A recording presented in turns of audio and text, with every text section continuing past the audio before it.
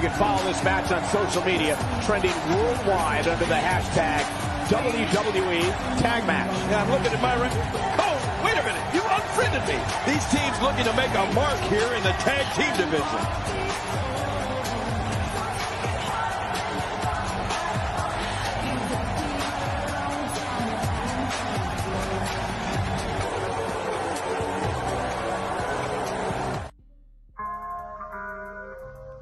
If you come at the king, you best not miss. Acknowledge us.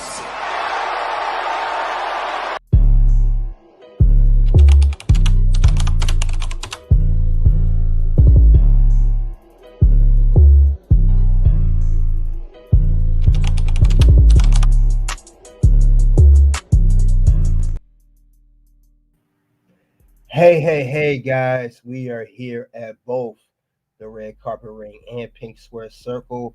We are talking about the Incomparable by Brie Bella and Nikki Bella. We are talking about this audiobook. We already have part 1 in the books. We are here for part 2. Now, we are here talking about the early career of Nikki and Brie Bella. But let's see who's in the house on both channels. CeeLo Meyer, salute to you. Ruby _Red, salute to you. DJ, salute to you. That's right, story time. We last left off, I believe it said chapter 5.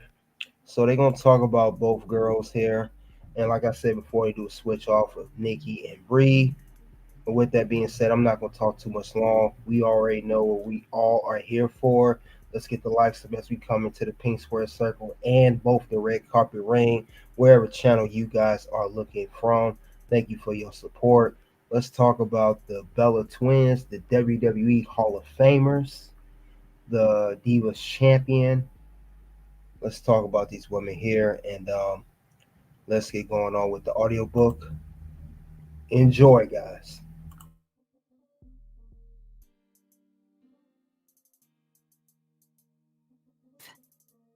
Heel Yes. 2007 to 2012. Tampa, Florida, San Diego, California. Brie. Our very first live wrestling match took place in a Jewish community center in Tampa. Nicole and I were playing up the sexy tomboy jock gimmick. We went to the high school sporting goods supply store for gear and bought Tampa Bay Buccaneers jerseys and lace-up football pants, which we extended into bell-bottoms with the help from a local seamstress. We stood around in the arts and crafts room at the center and waited until it was our turn. When you're on the WWE main roster, they count you down until you hear your entrance music kick in. But when you're wrestling at the local JCC, you hide behind a curtain, or in the arts and crafts room, and can't hear jack shit. We kept peeking out, thinking that they were playing our music. I wanted to vomit, cry, quit. There were probably only 8 people in the crowd, max, including our mom, but the stakes still felt high. Nicole and I were wrestling Chrissy Vane and Natty Neidhart, who were nice enough to put us over. That is, let us win. Now, it's never your call whether you get to win or lose, but you can make your opponent's victory unpleasant if you want. And a lot of women choose that path. Natty and Chrissy were never like that, though. They were happy for us to get a win right out of the gate. It was nice of them to do it without putting up a fuss. Both of them were big factors in our early growth as wrestlers because they were some of the only supportive faces in the locker room. Natty, in particular, taught us the ropes, the ring, the rules. It was our first match, so of course it left an indelible mark. What was also incredible about that day was that we met fans there who have followed us to this day. They still meet us at the Tampa airport when we fly into town for WWE. After that first match, they came up to us at the JCC snack bar and asked for our autographs, and it felt amazing. If you're curious about what making it as a wrestler is really like, The Wrestler, starring Mickey Rourke, is a heartbreaking must-watch. It's pretty accurate. Church parking lots, rec centers, really anywhere that has room for a ring and a few stands. You're doing signings at picnic tables, sitting around for 30 minutes or so, just waiting for a handful of people to come for an autograph. There are many moments when you feel like a fool. But you have to start somewhere, and we were grateful to be there. Nicole. The gnarliest early match was at the flea market.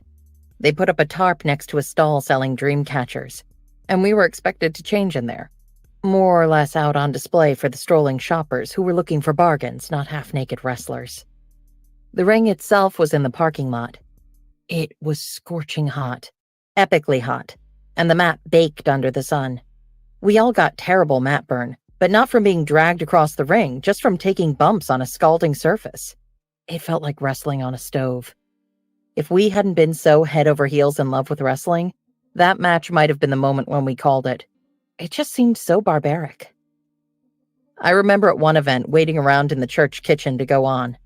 We had to keep cracking open the door to listen for our entrance music and would make eye contact with the 10 fans out there every time. Though I don't think they were fans. I think they were just confused church members. They certainly didn't know what to make of us when we came barreling out of that kitchen. They didn't boo, they just watched us, mouths agape. After matches, we'd roll over to Applebee's for drink specials, $5 wine, and cheap food. After all, we were making $500 a week, so every penny counted. Brie. Those matches were essential training. The stakes may have been low, but the circumstances were real. Wrestling gets a bad rap for being scripted, but the reality is that inside that ring, a lot of it is improvised. Before you step out on the ramp, you know who needs to emerge victorious, but the voyage to that moment is often unplanned. In the early days, we would identify a few key spots or turning points, like when the babyface, aka the good guy, would begin to make their comeback against the heel. But the reality is that the more you have to memorize in terms of choreography, the more stress you inject into an already stressful situation. You can freeze, really go completely blank, if you're trying to recall a planned move or moment of choreography mid-match. If you're racing to get to move A, B, C, or D, then you don't have time to stop and think and react in the moment. Developmental was critical for learning how to get into the flow, to read each other's bodies, to learn how to talk to each other throughout the match. Nicole. I'll never forget my first singles match with Natty soon after we got up to the main roster. I did a Luthez press, which is a jumping straddle, and we accidentally hit heads so hard I totally lost my bearings. I just spaced like a deer in headlights. We got up and then just stood there, staring at each other until I panicked and kicked her in the vagina, just because I knew I had to do something. You could hear the groans ricocheting throughout the stands as they felt her pain. When I got backstage, Vince pulled me aside and said, "We don't kick girls like that here." Fortunately, Natty could not have been nicer about it, and we still laugh about it today. The other reason that you don't want to over-choreograph a match in advance is that things change all the time. You might be told when you arrive that you have 10 minutes for a live match, which is shortened to 5 right before you step out for your entrance music. Then, as you get started, the ref might whisper after 90 seconds that it's time to go home, meaning that the comeback needs to start immediately because the match has been shortened to 2 minutes, without anyone officially telling you. The coaches in developmental put us through those paces.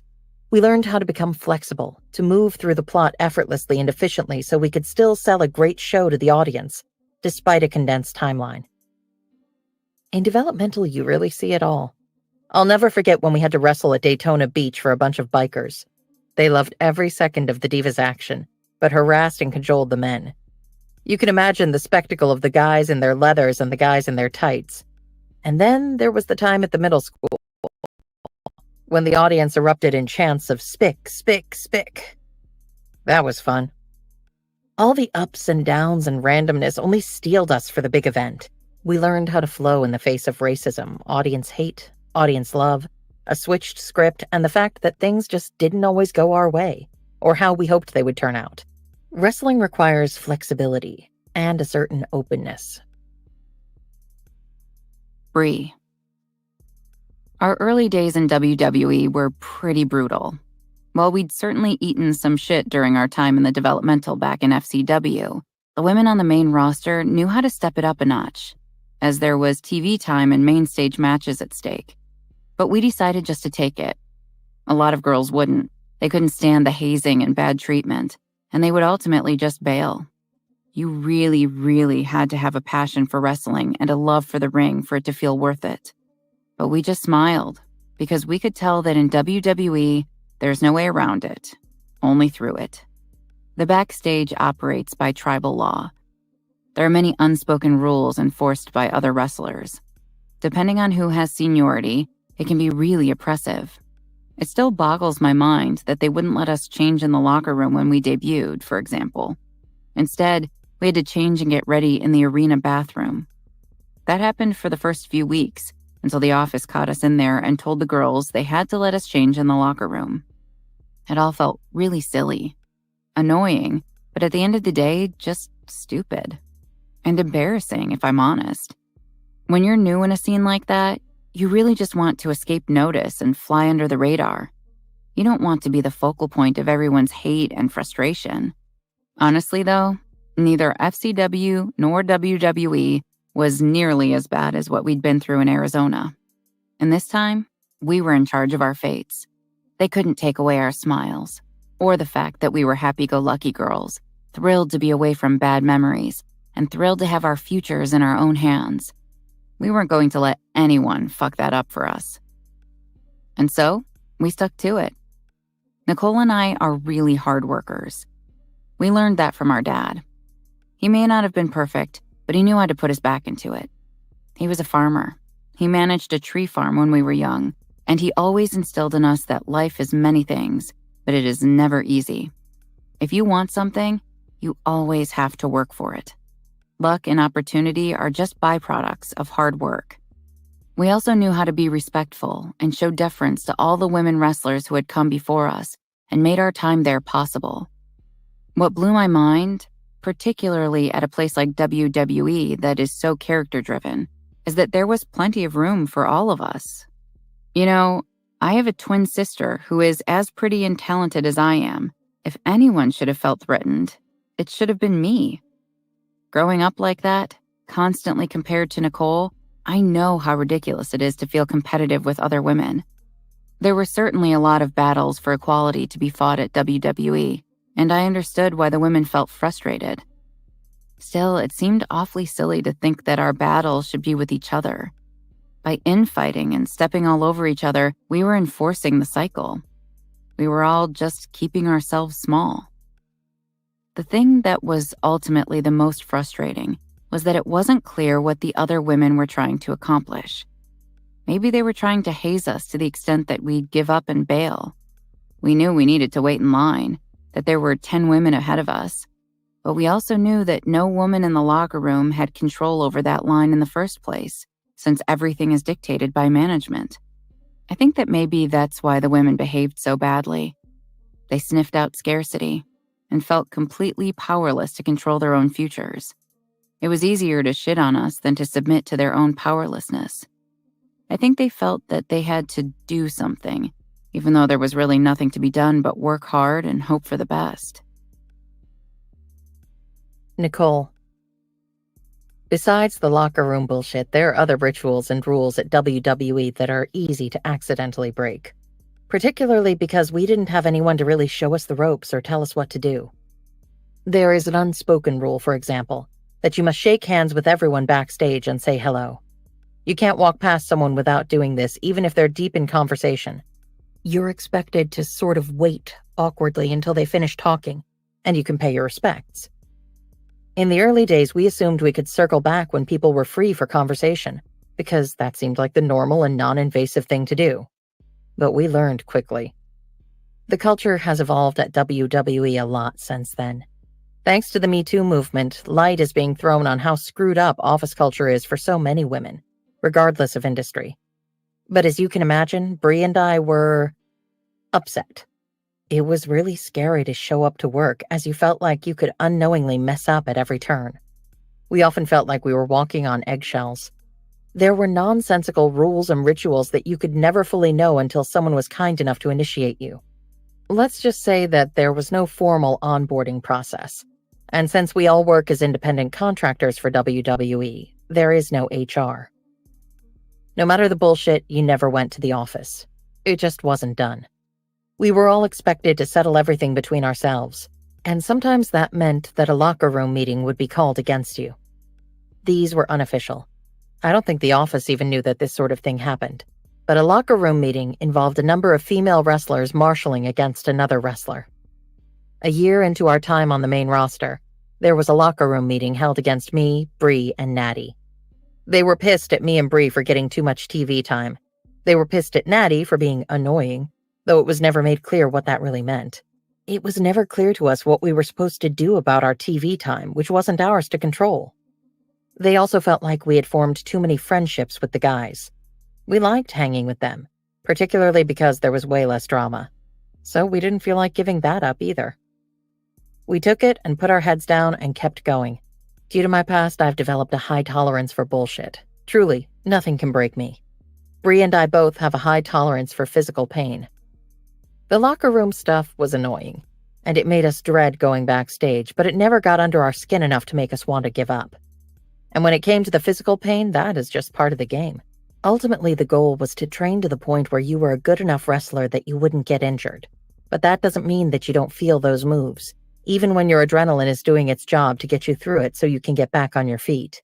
And getting back on your feet is key. You have to master the physical craft before you can learn how to tell actual stories with your body and elevate what's happening in the ring to a performance worth watching.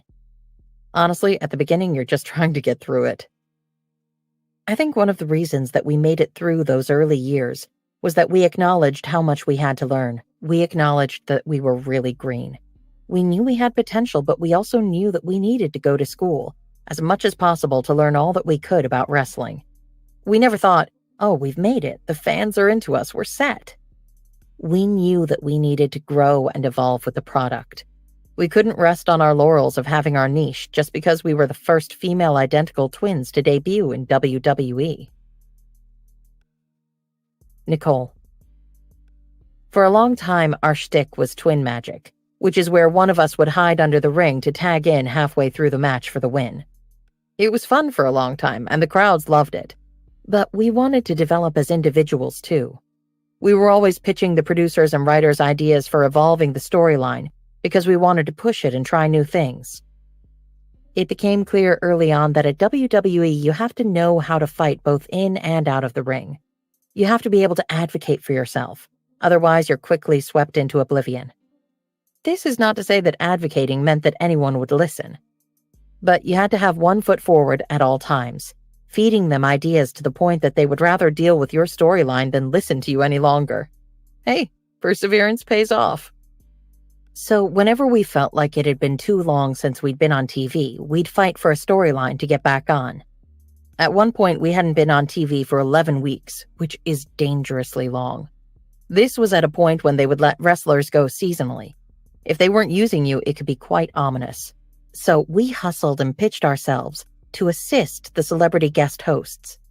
Bob Barker was on the schedule, so we asked Johnny Ace if we could accompany him as the Barker Beauties. Johnny thought it had potential, so he told us to go and pitch Vince.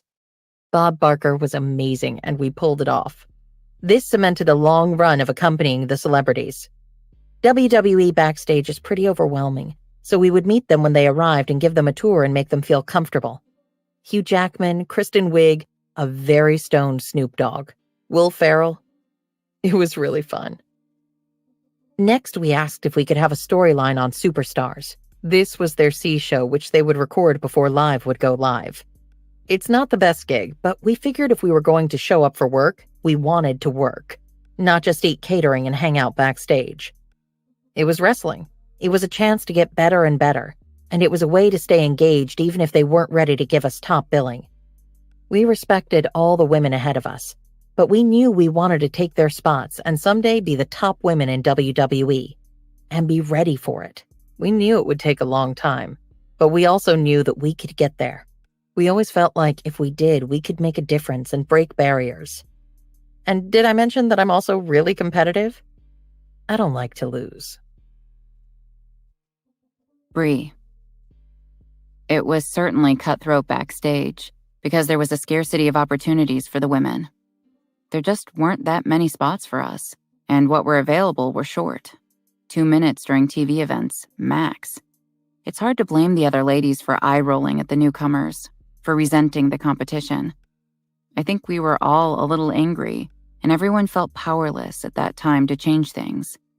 I think everyone just needed to put their hurt and dismay somewhere. It was easiest to put it on the other female wrestlers. Because Nicole and I are identical twins, we saw things a bit differently. After all, we had to share a womb, and knew there was a way to share the stage with other women as well. We knew firsthand that multiple women can have success simultaneously. Nobody gets ahead when you screw people over and make them fail, particularly in a sport like wrestling, where it was on all of us to make each other look good out there. There were some hilarious times too, particularly the late-night drives from town to town after the matches. We didn't have smartphones for a long time, so we would have to print out reams of directions from MapQuest. It's still around, we've checked. And then we'd yell at each other. I might be scared to drive in snow, and scared of driving on big hills, but Nicole drives like she doesn't care if she dies. She's a nut behind the wheel. Honestly, I was just happy to be there. I had a fun and amazing job where I got to express myself through my body, where I was paid to travel the world and entertain crowds. I mean, pinch me, people. I got to go to Paris and fight in front of an arena. Making money was nice, but if I'd needed to, I would have paid the company for the privilege to do my job.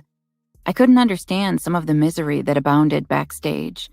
People were so angry and so intent on screwing each other over.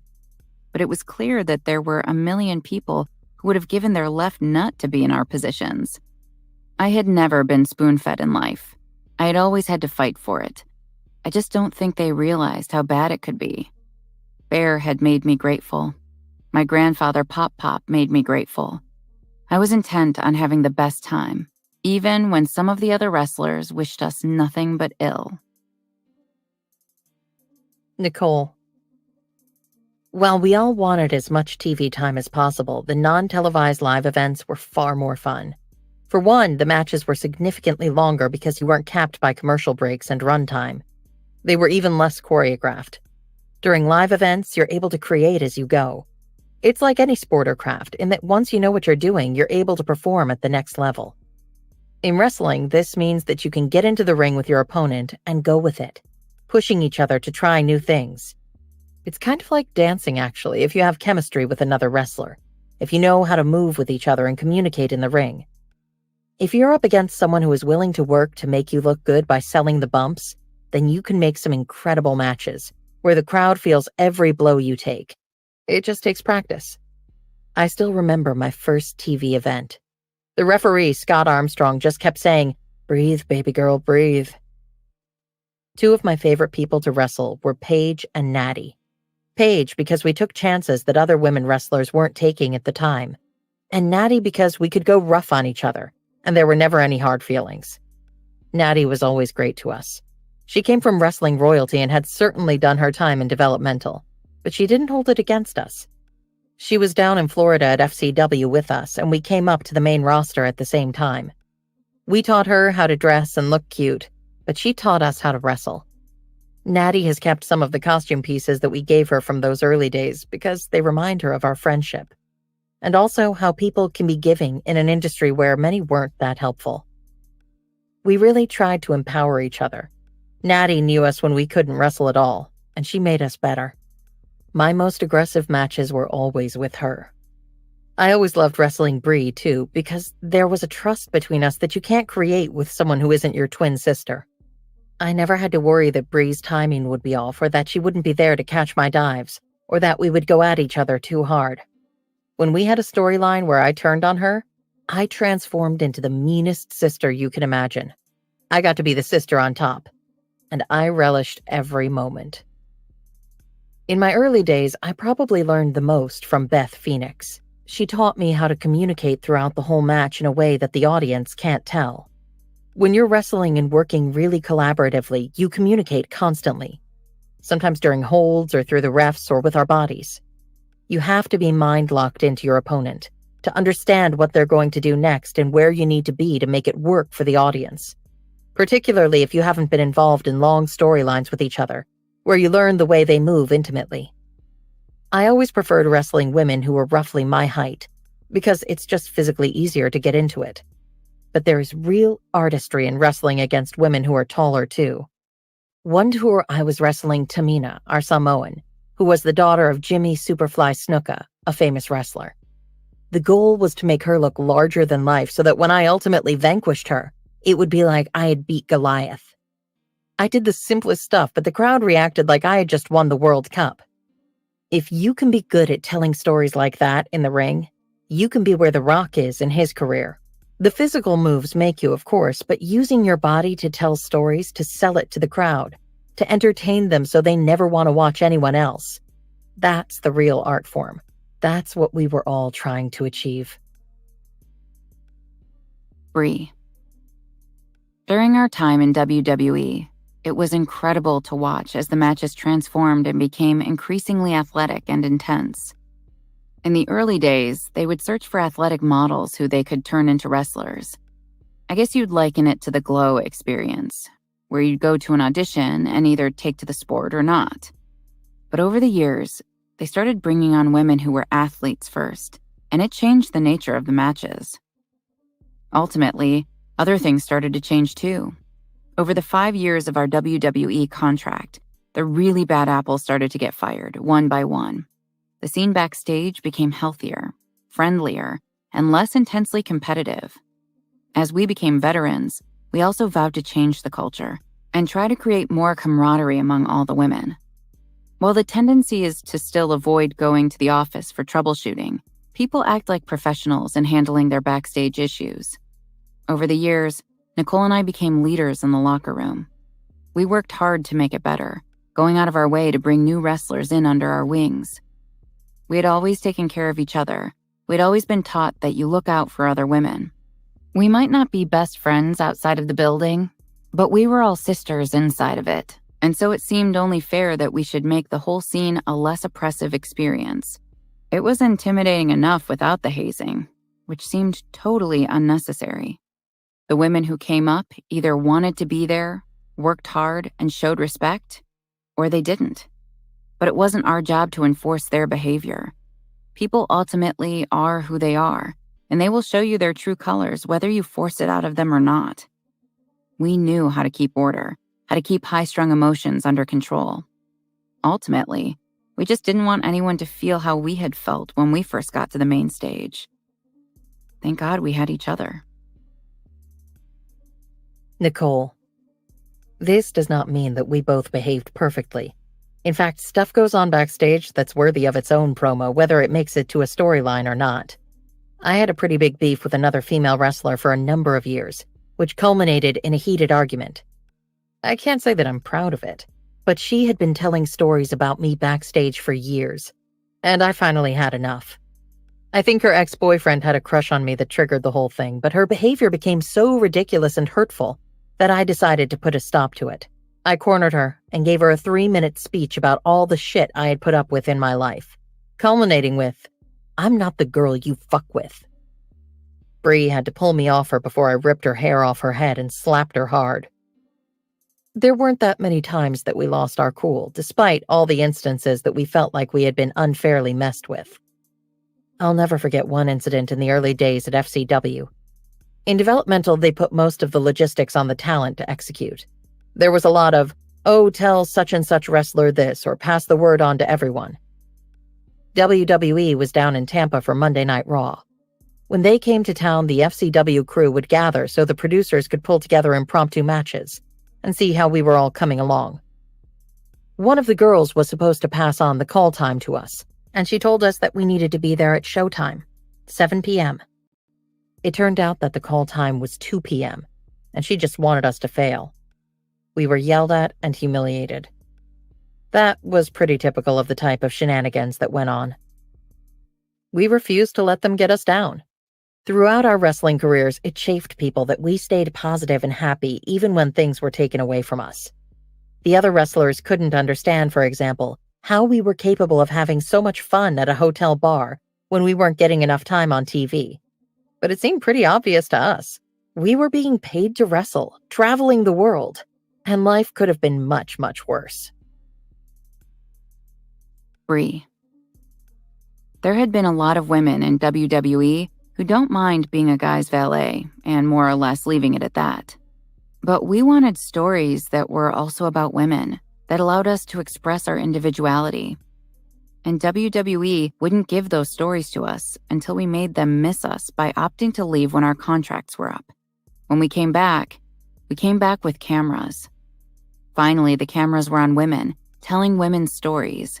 Total Divas was amazing for us for many reasons, but I think the most important factor for me and Nicole was that we got to show the audience who we were separately for the first time. It was at that time that WWE started letting us dress differently. They stopped making us be so twinny. When I could finally start dressing like me, I decided to integrate different types of plaid. From middle school up, I was a hippie little punk rocker who loved ska. I wanted to bring that out and show that side. So I wore flannel around my waist for a 90s grungy vibe. Meanwhile, Nicole's inspiration for her outfit came from her time playing competitive soccer. Her soccer jersey number was 2, which you could see in her jersey top, backwards snapback, knee-high socks, and Nikes. It seemed like such a small thing, but it was so liberating to be able to start to dress like ourselves. It gave voice to the little girls inside us. As our storylines changed, our gear kept evolving too. When Nicole was out with her broken neck and Bryan was out with a concussion, I got into a storyline against Charlotte Flair, and I started to wear their clothing. I brought in Bryan's kick pads and Nicole's shorts just to inject the whole thing with a little more emotion, to heighten our matches with everything that I had at stake, because Nicole and Bryan couldn't be there to fight too. People knew I had their gear, and they would look for it out there in the ring. In retrospect, it might not have been the right move, since Nicole's ass was significantly larger than mine. It wasn't my best look, but surprising, delighting, and changing it up are key. In wrestling, you always have to evolve, whether that means a new look or becoming a heel. It's funny, because looking back at our early days in the ring, we were so far from sexy, particularly compared to the other women at the time, who were essentially pinups. I don't think we knew how to be sexy. We were PG, but I also think that it was a good thing.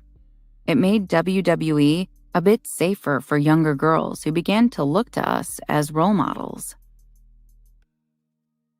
Nicole. We have a really big female fan base, which is pretty incredible. WWE used to be entirely dominated by guys in the audience, but Total Divas has really helped women connect. They're going through the same stuff in their own lives as we are on the show, so they can relate on so many levels. Plus, they get to experience our lives as we live them. And there's something rewarding about that. They get to see us as ourselves, completely unfiltered. We've come to develop a really deep emotional connection with our fan base. Brie and I were never judgmental people. We couldn't care less how the new girls who came into WWE got there. It was all about what they did when they arrived and how they conducted themselves. As long as people were nice, respectful, and were working hard, we had no issue. It's funny because a lot of people couldn't get over the fact that we didn't come from a wrestling lineage. We didn't spend years working in the independents, and our arrival in the ring wasn't sparked by our childhood dreams. Were they really expecting us to say no to an opportunity or walk away because we didn't have the same background as them? We never understood why the fact that we didn't have the passion at 5 meant we weren't entitled to have the passion for wrestling at 21. That always blew our minds. During the transition from the women being called divas to being recognized as superstars just like the men, the women were really united. I believe that's why we made history. It took the whole locker room coming together. Obviously, the collective culture has shifted a lot, even just in the past few years. But one of the reasons that Brie and I decided to walk away from WWE was that we knew it had to change profoundly. We wanted equality, and we wanted respect. It took us leaving for everyone to realize that we were missed, that we actually brought a lot with us. It required coming back with cameras to really send the Divas division, now women's division, to the next level. More on that later. The reality show was major for a number of reasons, but I think it was most impactful because people everywhere got to see how strong the women wrestlers really are. All on our own. Brie. One of the issues that Nicole and I have struggled with throughout our time at WWE is the concept of preferential treatment. And it didn't help when my mom married John Laurinaitis, aka Johnny Ace, the head of talent at WWE. I love Johnny. I loved Mom's second husband, Greg, too. He was such a sweet guy, and I was pretty devastated when it ended. But ultimately, they fell out of love, and were much better off as friends. When Johnny came into the picture, though, I knew she had finally met her match. We didn't set them up, and I had no idea that they were dating. I think they wanted to keep us out of it, to see if it was real before it became a thing. It's funny because when I found out about them, I was like, when did this happen? And how could I have possibly not known about it? WWE is pretty small. They had known each other for a while because she represented us on a lot of our business deals. In fact, she came with us the first time we ever went to WWE. My mom runs a recruiting business, and she has always had a career to provide for our family. She has always been obsessed with business and obsessed with guys who have a brain for it. She talks about work way too much, which made it hard for her when she was dating. Nobody wanted a second date with her because she went on and on about the office. But Johnny loves to talk about business too. And eventually, they fell in love talking about contracts, equity stakes, and P&L statements. Really sexy stuff. They're pretty much perfect for each other. They hang out in their sweats and ride their bikes to the pub so they can talk about business over beers. That's their best day ever. It was hard on us initially because our mother was effectively dating someone in management, even if he had no oversight over our careers. When news broke that they were involved, it definitely created more problems for us, and not in a trivial way. I could hear the whispers throughout the halls. Oh, now the Bella stepdad works in the office. By the time they got married, it had quieted down, but their relationship definitely spurred on the rumor that we always got favorable treatment. We had learned that this would always come with the territory. Nobody could accept or get comfortable with the idea that we had earned something for ourselves. Nicole dated one of the biggest wrestlers of all time, so our success is entirely because of him. Or I'm married to Daniel Bryan, so it must be that. Why is it so hard to believe that a woman can get something on her own? This sort of thinking, this trivial bullshit, is why women haven't had more opportunities in WWE. We keep ourselves small. That's why there are 100 dudes and 15 women who are superstars. Those numbers could and should be far more equal, and we left WWE when our 5-year contract was up to help start a movement to prove exactly that. Meanwhile, Triple H was beginning a revolution with the women wrestlers at NXT that would push this issue front and center.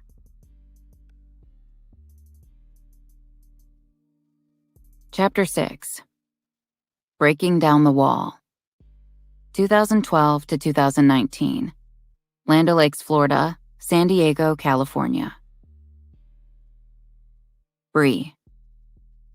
In 2012, as our 5-year contract at WWE was coming to an end, Nicole and I decided to leave. We were tired of pushing for storylines that weren't coming, and we wanted more TV time and longer matches. Essentially, we just wanted more equality. They had made it clear to us that they thought the twin thing was played out, but they rejected everything new we pitched. They didn't want to give us what we really desired, which was a shot at making it as solo wrestlers. Instead, they wanted to keep us in non-essential storylines where we were assisting celebrity hosts and fighting over the male wrestlers, which we thought was tired. It was a hard decision. We both really loved wrestling, but we decided it was time to go. We had come to a point where WWE was no longer helping us reach the next level. We had been talking to E about doing a reality show about our extended farming family in Brawley, so we decided to pursue that as our next chapter. The fans missed us, which was really gratifying. Shortly after we left, WWE reached out to us to broach the idea of having us stage a comeback. Separately, they had been talking to E about creating Total Divas, and E wanted us to be in it. I think WWE knew we had never wanted to leave in the first place, but that we were unhappy, and that they could get us to come back if they made the terms more fair. So we returned, with the E cameras in tow. This was when Total Divas, a show about female wrestlers, both on the mat and off, was born. While backstage has historically been kayfabe, or else behind the wall and off limits, important for the fans in terms of preserving the reality of the ring, the show idea was compelling to WWE. It promised to open up the sport and the network to legions of potential fans who had never thought that there might be something for them in wrestling. And in reality, kayfabe was gone. WWE was growing up and becoming more corporate. With that, it was no longer possible for them to insist that everyone maintain wrestling personas in their real lives. At that point, they encouraged us to be ourselves, while also expressing that in the ring, we were Broadway with body slams. We were characters that were larger than life. Bryan and I were in the early days of our relationship when Nicole and I decided to leave WWE. This certainly threw a wrench into the plan. It meant that we were no longer spending the majority of our weeks together, traveling on the road as a couple. But I knew that if we were meant to be, we would figure out how to make it work, despite the distance. Staying in the ring simply to be close to Bryan wasn't how I had pledged to lead my life. This strength came from Bear. I couldn't make decisions based on anything other than what was right for me. Ultimately, it ended up being great for us. Nicole and I got a lot of hate when we were filming the pilot. While many people at WWE wanted to be on the show, some wrestlers acted like they didn't want the cameras around and that we were sellouts for going on reality TV. But that always rang pretty hollow. After all, we were all vying for the TV time in our careers. We were all entertainers who wanted to draw the biggest crowds possible, and we were all tangling with the line between reality and entertainment already. So why wouldn't you want to do it for an even bigger audience and show the world how female wrestlers can kick ass? But it definitely kicked up stuff for us backstage. Maybe just jealousy. It certainly didn't help that a lot of the smart marks, otherwise known as the know-it-all wrestling fans who know wrestling is choreographed, but also hate when that fact is revealed, trolled wrestlers online who were doing the show, which only made it easier for other wrestlers to dump on us for not being cool. Honestly, my feeling was that if they were going to live and die by the opinions of people on the internet, then they were going to die broke. People who weren't cast in the show would cover their faces when the cameras were rolling, I think just to make us feel awkward and foolish. It's ironic because Bryan and I are quite private, shy even. But the opportunity seemed too good to turn down. Not only have we gotten to show millions of people another side of professional wrestlers, but in our spin-off, Total Bellas, he's gotten to show off his composting toilet and gardening skills too. If he introduced even one fan to environmentalism or inspired even one person to use less water, then in his eyes, it was worth it. His heart truly bleeds green. Nicole's boyfriend at the time agreed to do the show for her. They were in a new relationship. The producers didn't even know that they were dating when they started filming, and it felt weird for him to not be shown. Plus, he was really proud of her and wanted to show up for her, even though he is extremely private. I think he also realized how important it could be for women's wrestling, for people who might not otherwise get involved with WWE, to see how athletic and wonderful the sport can be. He never earned $1 from the E franchise. Nicole.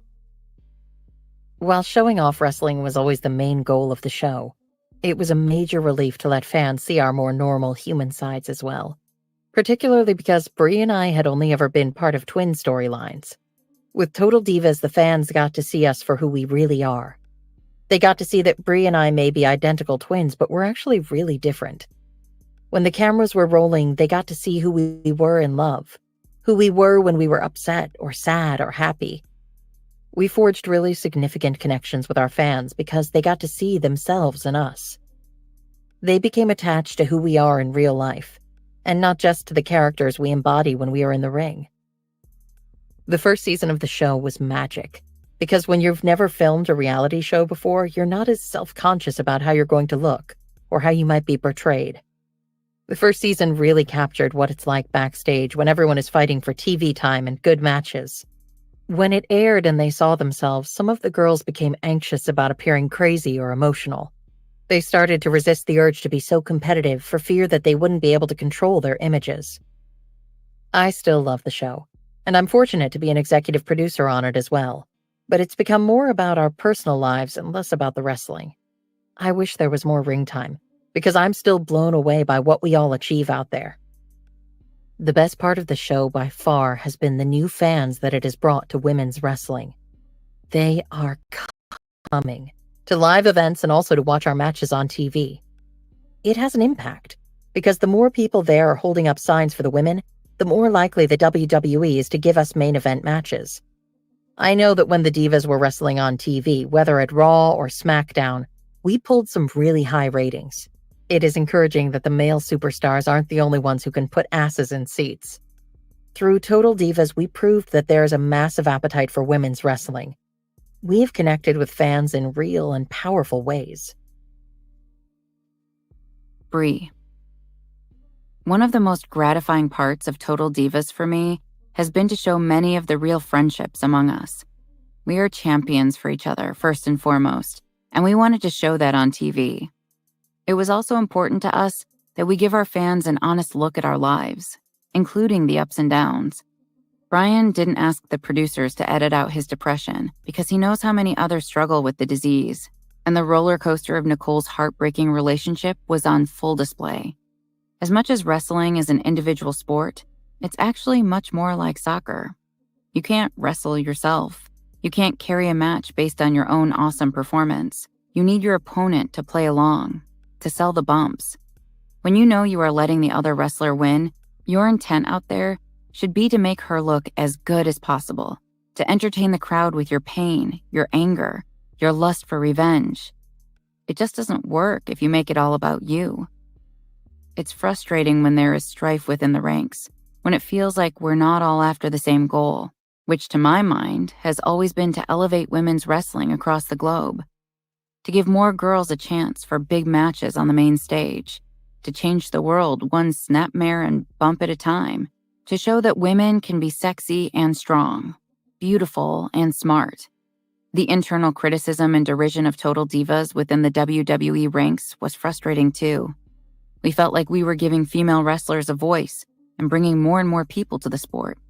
But people backstage, and increasingly on promos, were getting on the mic and slamming us for only being reality stars. It was maddening. The show was nothing but a positive for the women at WWE. I challenge anyone to tell me one negative thing that Total Divas has done to the industry. After all, we are women wrestlers in a male-dominated business who are doing our best to kick ass. We are in relationships. We drive ourselves from town to town in the middle of the night.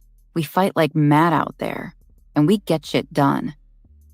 One of my favorite matches of all time was against Natty at SummerSlam in 2013, right after Total Divas premiered. We were enraged, particularly at the suggestion that we weren't really wrestlers.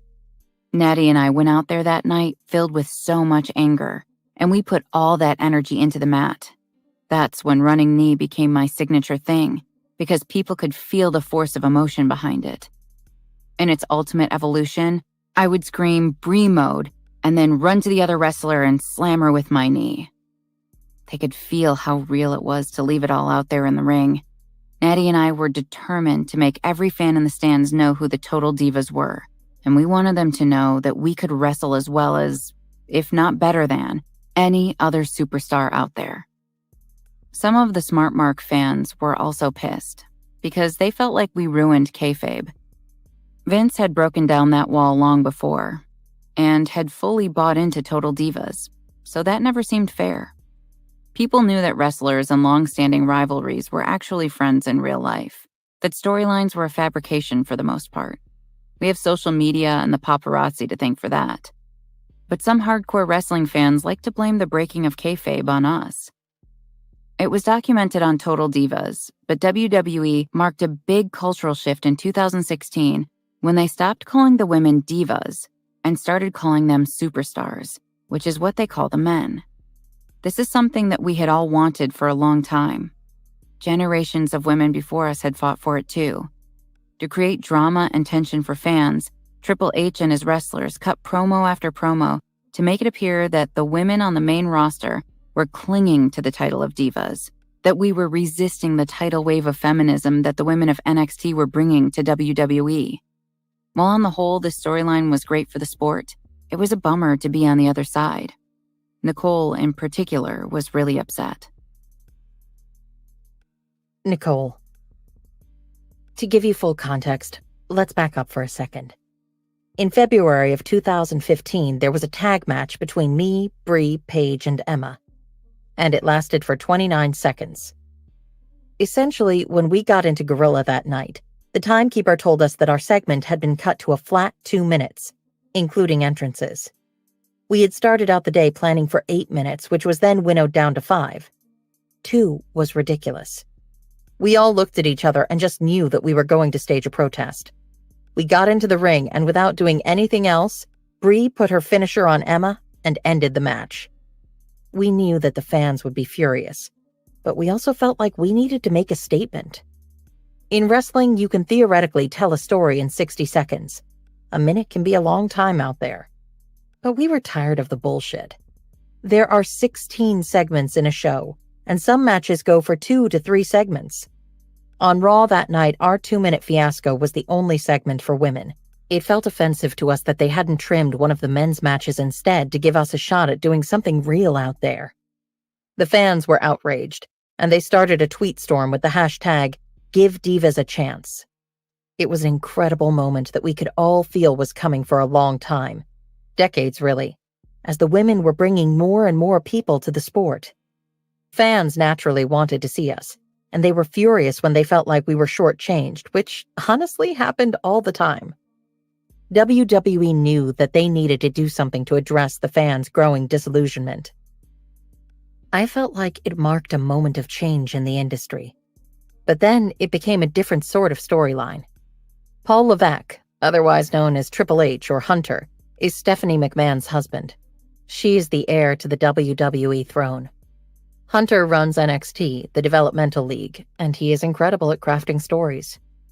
A storyline emerged out of NXT that made it look like Brie and I and the rest of the cast of Total Divas were holding the women wrestlers back, rather than using our popularity and the general interest in the sport to push the whole thing forward. I get that it made good promos, and that WWE is predicated on drama and conflict. But this was so real to me. It was so important and central to what Brie and I and many of the other divas wanted to accomplish there. It was ultimately upsetting. We had been groomed to be divas, and to make the audience and all the girls who came to watch us wrestle care about the divas, and care about the divas title. Then they groomed the NXT girls to give interviews mocking us and mocking the divas. NXT claimed that WWE had hired divas to be divas, but that this next class of women were actually real wrestlers, ready to bring change. We were working our asses off, slamming our bodies and breaking our necks, literally. We were doing media all over the country to make people appreciate the word divas, so that they could turn around and make it look like the women of NXT were leading a revolution. I think what really bummed me out was that we were all fighting for equality, and we were all supposed to be on the same side. But instead, in order to turn the transition into drama, they decided to split us up. That bothered me, to be positioned as the people who were holding women back. I had to continue to be reminded that it was just a storyline and a way to bring up Charlotte, Becky Lynch, Bayley, and Sasha Banks. But after all that we had put on the line, it was hard not to take it personally. I got a lot of texts from women who had helped to drive the sport forward over the years. In that NXT move, they all felt like their hard work never counted. Instead of being celebrated as part of a long lineage of change, it looked like they were bringing the inequality on themselves. We got to the point of being called superstars because of the women who paved the road for us. It started with Mae Young, the Fabulous Moolah, Sensational Sherry, Luna Vachon, Leilani Kai, Alundra Blaze, Jacqueline, Trish Stratus, Lita, Tori Wilson, Molly Holly, Victoria, Mickie James, Beth Phoenix, Gail Kim, Melina, Michelle McCool, Natalia, and so many more. We were part of different generations who all wanted the same thing: respect, more match and TV time, and to be taken seriously as wrestlers and athletes. It was also frustrating because, plain and simple, it wasn't the truth. The NXT women were given the history-changing matches because they were the ones chosen to make history. And I guess that's kind of life. That is certainly wrestling, where perception is reality. And to give full credit, they are incredible wrestlers. They were trained to wrestle in the way that a lot of women who came before them were not. They are superstars.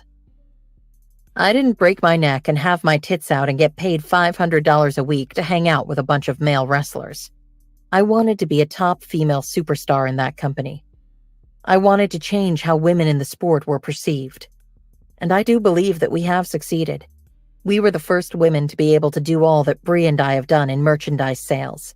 And when those NXT girls came up, we wanted to help them look damn good.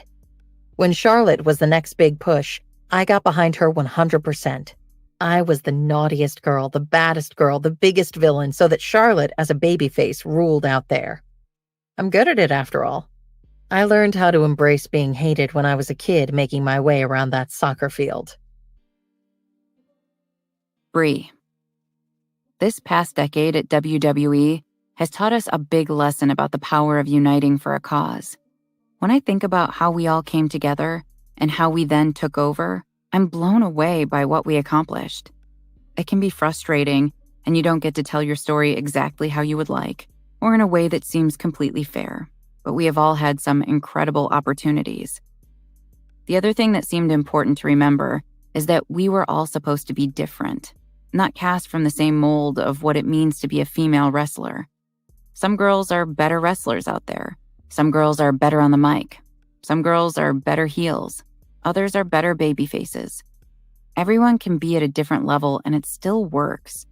It gives the show texture and makes it better. Ultimately, it's a beautiful thing. If you were to look at my record, you'd see I've probably lost more matches than I ever won. That was fine with me because it was always about the bigger show. Nicole and I became heels in our early storyline with Bryan when I attacked Gail Kim for being his girlfriend. And we stayed heels, which means that more often than not, everyone is rooting against you. I had no problem putting over other women all the time. I was always grateful to be out there. It always seemed like it was about something bigger than my own personal glory. But in the industry, where perception is reality, our heeldom probably did make fans believe that we weren't good people. I was Divas champion for a short period, probably about 90 days. I found out that it was going to be my turn when I was having dinner with my sister and some friends in Greenwich, Connecticut, just outside of New York. I got a text from one of the writers that they were going to give me a shot, and we immediately popped some champagne. I hadn't seen it coming and was blown away, as I didn't know if I would ever get that chance. I was a heel after all, and we were really good at being bad girls. But it was time for a heel to get the title so that the baby faces could chase it, which worked out for me. The creatives at WWE really do come up with some strong stories that will be good for the title. Then they really do try to give every girl who has worked hard a chance to be the champ. I was thrilled. I took the title from Eve, and it was awesome. Before the match, she made a ref mark up Nicole's hand with a Sharpie so that we couldn't pull twin magic. We tried anyway. The night I lost the championship, they were putting me against an opponent based on a fan vote.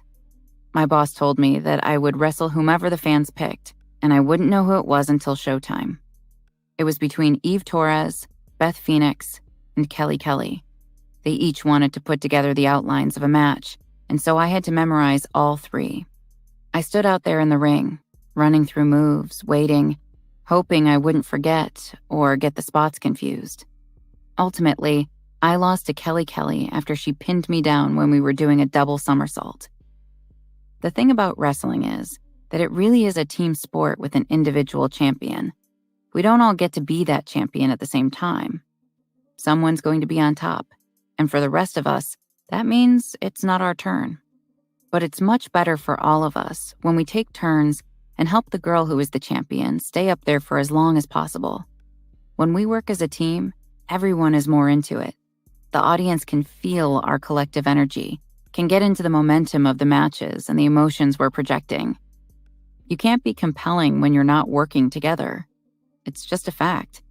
And you can't be compelling if you're not driven by passion. Nicole and I have always had passion in spades. The more people tell us that we can't do something, the more jacked up that passion gets, and the more inclined we are to prove them wrong. We turn as many no's into yeses as we can. We've become expert at transforming hate into gold. A lot of people at WWE wanted our reality show to fail. Well, we've turned it into a multi-season hit with a hit spinoff. A lot of people told Nicole that she'd never be a champion. Well, she became the longest reigning Divas champion ever, and she'll never lose that record now that the title is retired. That resilience and drive is everything, particularly when it's paired with positivity. It's a combination that just can't lose. When you see the world for its bright spots, negativity is just not part of its definition. Nicole. While Brie and I have gotten ourselves really far on grit and determination, we wouldn't have our life without Vince McMahon. He has given us opportunities consistently and constantly, and that's why WWE will always be home. I would never turn my back on the people who have made me. Vince invented the Bella twins, and Brie and I will always be grateful for that. We weren't alone, nor were we singled out for special treatment. Vince gives everyone an opportunity. Everyone who comes down that ramp gets a chance. He can't control whether the crowd connects. He can only give you the blank canvas, the ring, millions of eyeballs, and then it's up to you to do something with it and turn it into a career. I grabbed that canvas and painted a Picasso. I knew I wouldn't stop out there until I could be on top.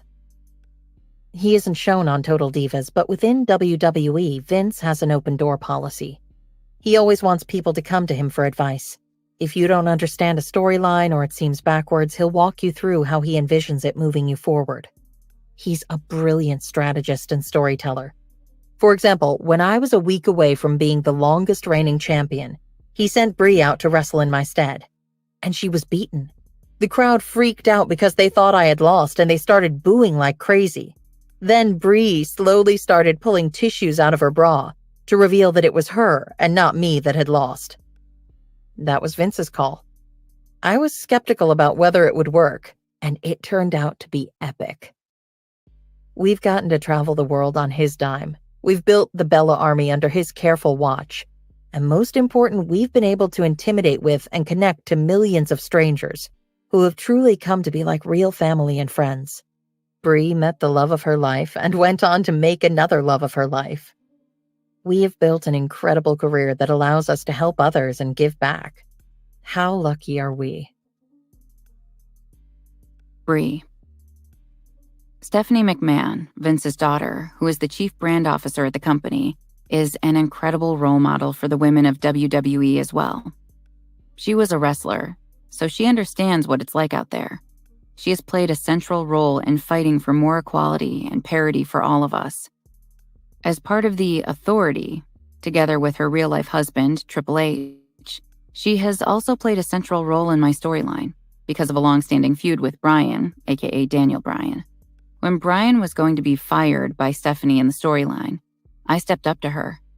This culminated in a lot of hilarity and drama until she came out of retirement, and we ended up wrestling against each other in SummerSlam.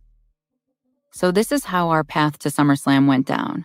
I obviously never pitched or asked for this storyline because Stephanie is my boss, and asking to wrestle her would have been an insane thing to do.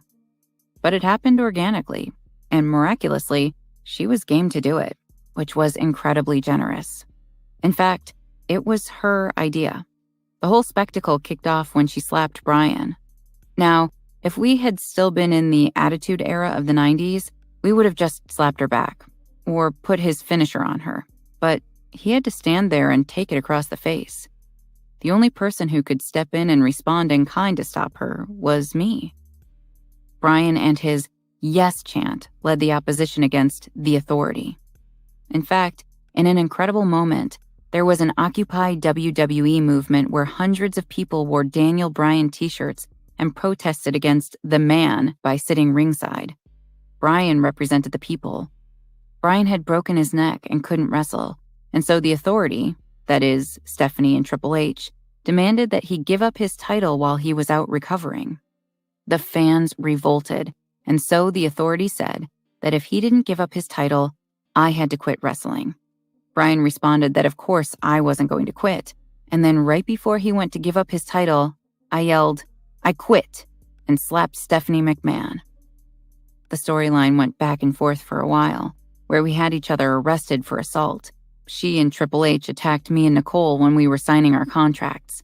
And then we had our big final confrontation, where I told her I wouldn't press charges if she would wrestle me at SummerSlam. We had no time to go over the promo in advance, and were quickly talking through a plan in guerrilla, where Vince McMahon, Triple H, your producer, and the timekeeper all sit, when our entrance music hit. It was a wait, what moment, and I just looked at Bryan, whose response was, oh shit, we would have to wing it. It all went off perfectly, considering that we were pretty much improvising out there. I knew I was going to throw down the challenge, and that she would accept it, but I still wasn't sure that we would actually end up wrestling. It was amazing to be in a storyline with Stephanie, and I learned so much from just interacting with her in promos. She taught me how to engage, how to hold myself with confidence, how to project like a powerful woman. She knew how to poke me and agitate me and ultimately motivate me to deliver performances that felt inspired and real. I will always be so grateful for that, because I was just some chick on the roster. She didn't have to put me over like that or share so much screen time with me. Before our match at SummerSlam, we rehearsed together at the Performance Center. Stephanie and Triple H both helped me figure out the psychology of what we would need to do out there. They helped me put the moves to emotion, to bring the crowd along in my rage against Stephanie and all that she represented. The best part was Nicole's role in the encounter and the way that she turned on me at the last second to help Stephanie win. The crowd reaction was huge, which led to my second favorite match ever, which was taking on Nicole at the Hell in a Cell event. The backstory of Nicole's betrayal is that when I quit, Stephanie took out her vengeance on Nicole and put her in a string of handicap 4-on-1 matches where she was ripped apart by the other women. So Nicole was furious at me for putting myself first and abandoning her.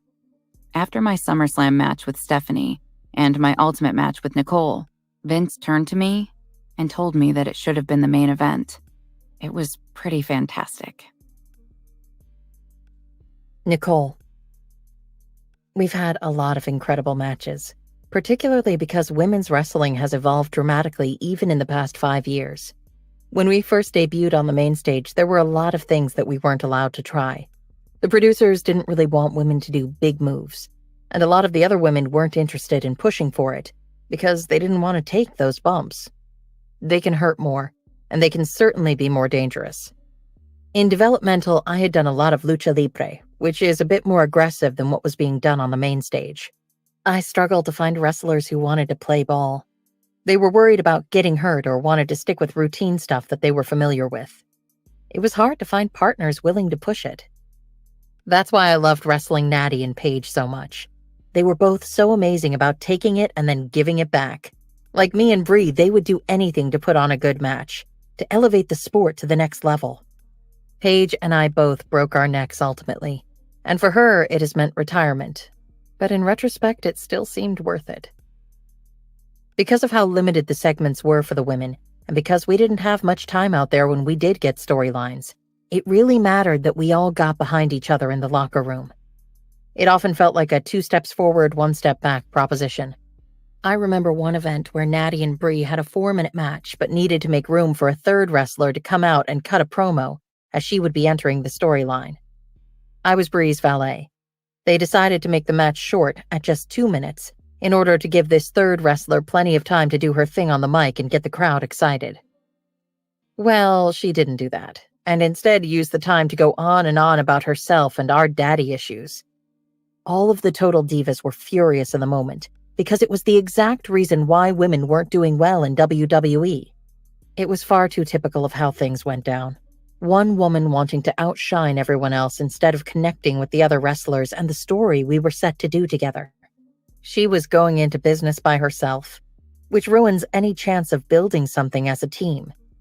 If they had known, Natty and Brie would have wrestled for the full 4 minutes and cut her out. But that's not how we ever chose to roll. Backstage, Brie pulled her aside. "We're all in this together. You can have jealousy. You can have dislike, but the only way this division is going to grow is if we connect and put that other stuff aside. We have to stop stabbing each other in the back. I have no clue if it resonated. Change was always slow to come. Brie. It's funny to exist in the world of WWE because it seems like a fair number of wrestlers start to believe their own hype and start to believe their own storylines. It felt sometimes like we needed to constantly remind some of the women that we were creating fiction, that it wasn't real, and that if we were to get into a legit fight, I'd kick their ass. I wanted to shake some of the women sometimes and plead with them to just focus on building a really great storyline. It can seem real. It can totally be badass. But if we don't all work together, it's just stupid.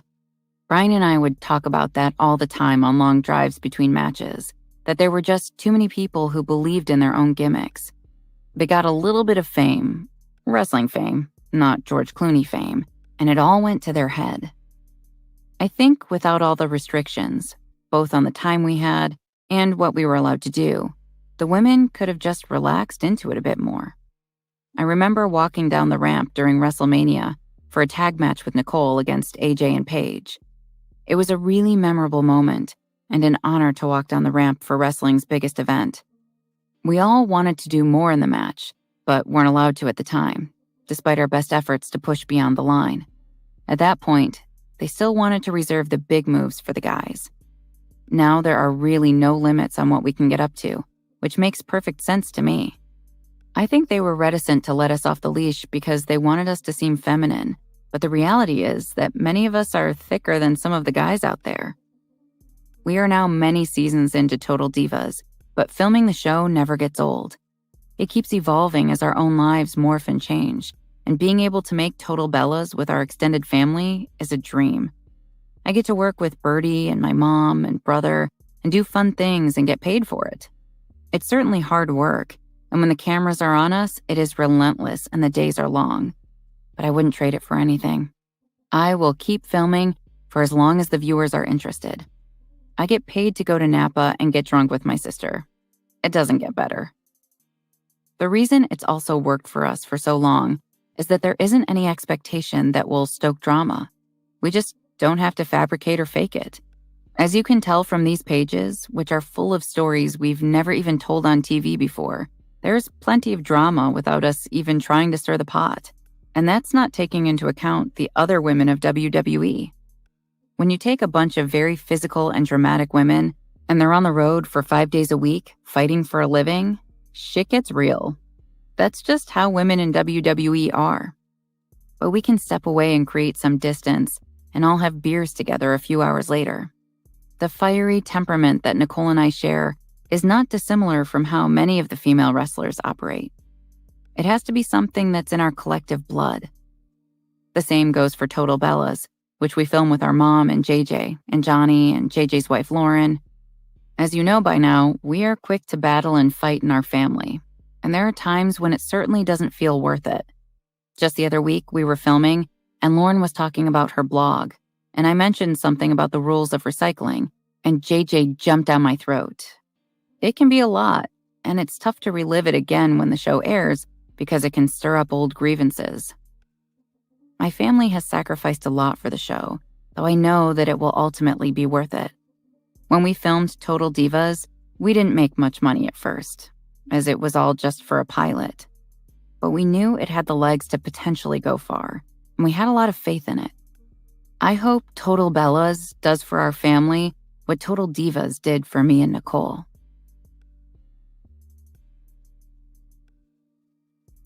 Chapter 7.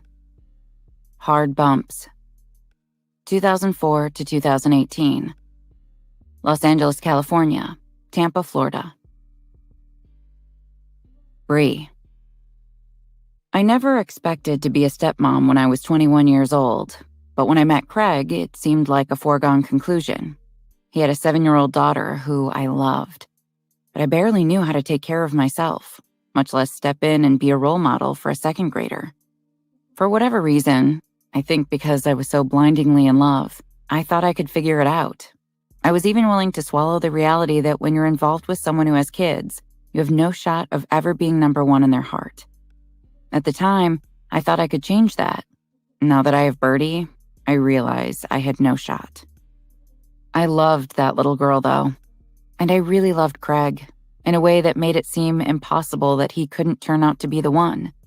He really loved and cared for me and taught me some of the basics of life, in addition to being gorgeous with blue eyes and long black hair and tattoos. He took me around the world and spoiled me. He made me feel like his girl.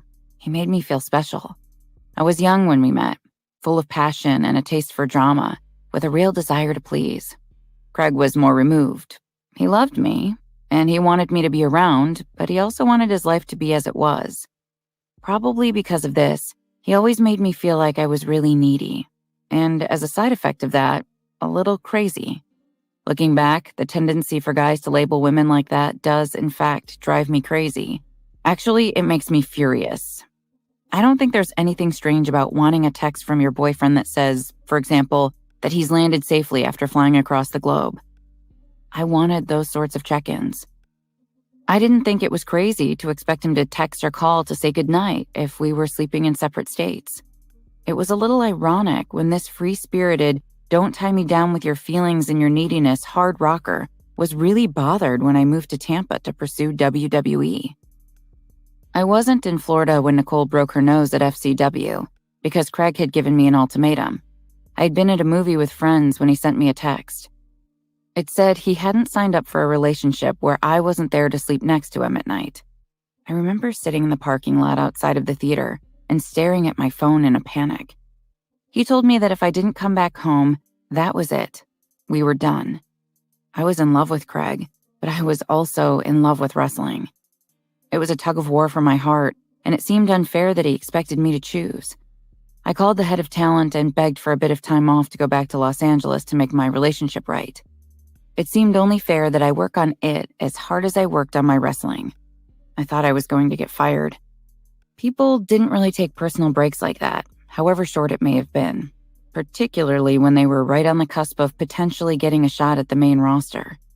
Nicole was furious with me, as she had every right to be, for risking it. After all, her relationship with Jake had hit the shitter because of wrestling, and our chances for making it to the next level were handcuffed together because of our twindom. Craig was used to being my number one without any sacrifice on his part. I didn't really know what to do with his dismay over feeling abandoned. He made me feel like I had left him behind in LA to rot. I took responsibility and felt like I was a bad person because of it. From his point of view, we had been attached at the hip for 2 years, and then suddenly he was expected to go to bed alone every night. At the time, and it frustrates me in retrospect, my point of view was that his point of view was right. I was disappointing him, and he had every right to feel angry with me. In retrospect, the writing was on the wall that our relationship had been, and always would be, uneven. There was an unspoken expectation that I would make all the sacrifices. After all, he only bothered to come and see me in Tampa once, and I had to buy his plane ticket on my measly salary. To add insult to injury, there was only a direct flight to Orlando, and he refused to make a connection, so I had to drive and pick him up there. It's funny, because he came to one of my matches at a bar named Bourbon Street, and he got emotional as he watched me wrestle. He was blown away and couldn't stop talking about it. When he had first met me, I was a waitress with some aspirations of becoming an actress. Then I had moved to Florida and morphed into a powerful athlete and entertainer. Based on that, I thought he would become more supportive. But he couldn't reconcile my absence with how he expected and wanted his life to be. Once Nicole and I made it to the main roster, I was out on the road for 4 or 5 days a week. Then I would boomerang back to Los Angeles, trying to keep my relationship with Craig on the rails. I think because of our age difference, I was too intimidated to be honest about my emotional needs, and so I let him walk all over me. I don't think that was his intent, I just never challenged it. I didn't give myself permission to ask for what I wanted, like true intimacy and freedom to pursue my own career, and ultimately, marriage and kids. I think that's why it was so confusing and disorienting to him when I initially moved to Florida.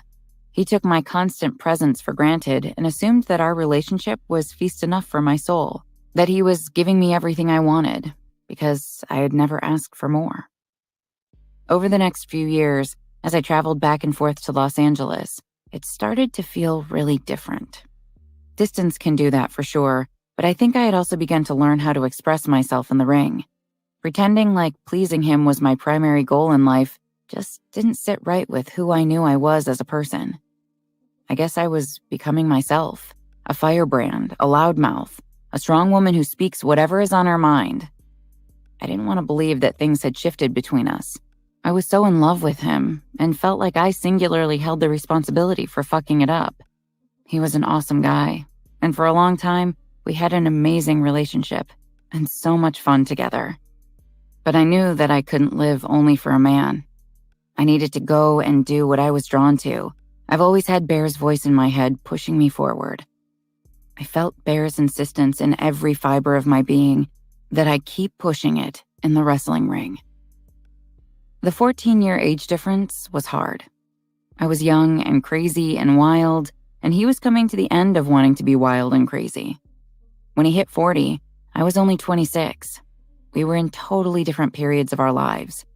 I wanted to party and do crazy stuff, and it wasn't in the cards for him anymore.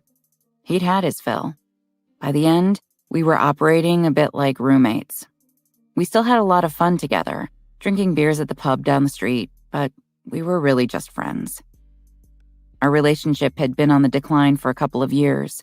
During what would be our final June together, I gave myself until Labor Day to turn things around. I figured if things changed, I'd stick around. But if things stayed as they were, I just couldn't do it. One breath, he'd want to have kids and get married. The next breath, not so much. I knew that marriage and kids were non-negotiable for me, that my life wouldn't be complete without both. Then one day, I overheard him telling his friend Brett that he really just didn't want it.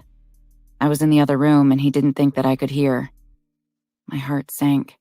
I knew I wasn't in the business of trying to force someone into wanting something that they ultimately didn't want. I could hear in his voice that it was how he really felt, and that he just didn't have the heart to let me down. We had both invested almost 5 years in being with each other, and it was a lot to walk away from. So often, relationships come to feel like investments, and that they're somehow worthless if you don't fully cash out. You end up clinging to them for way too long. I knew it was time for us to let each other go. A few months later, I watched Shop Girl, the LA-based movie with Claire Danes, glove sales clerk, and Steve Martin, rich tech guy, and their messed up love story.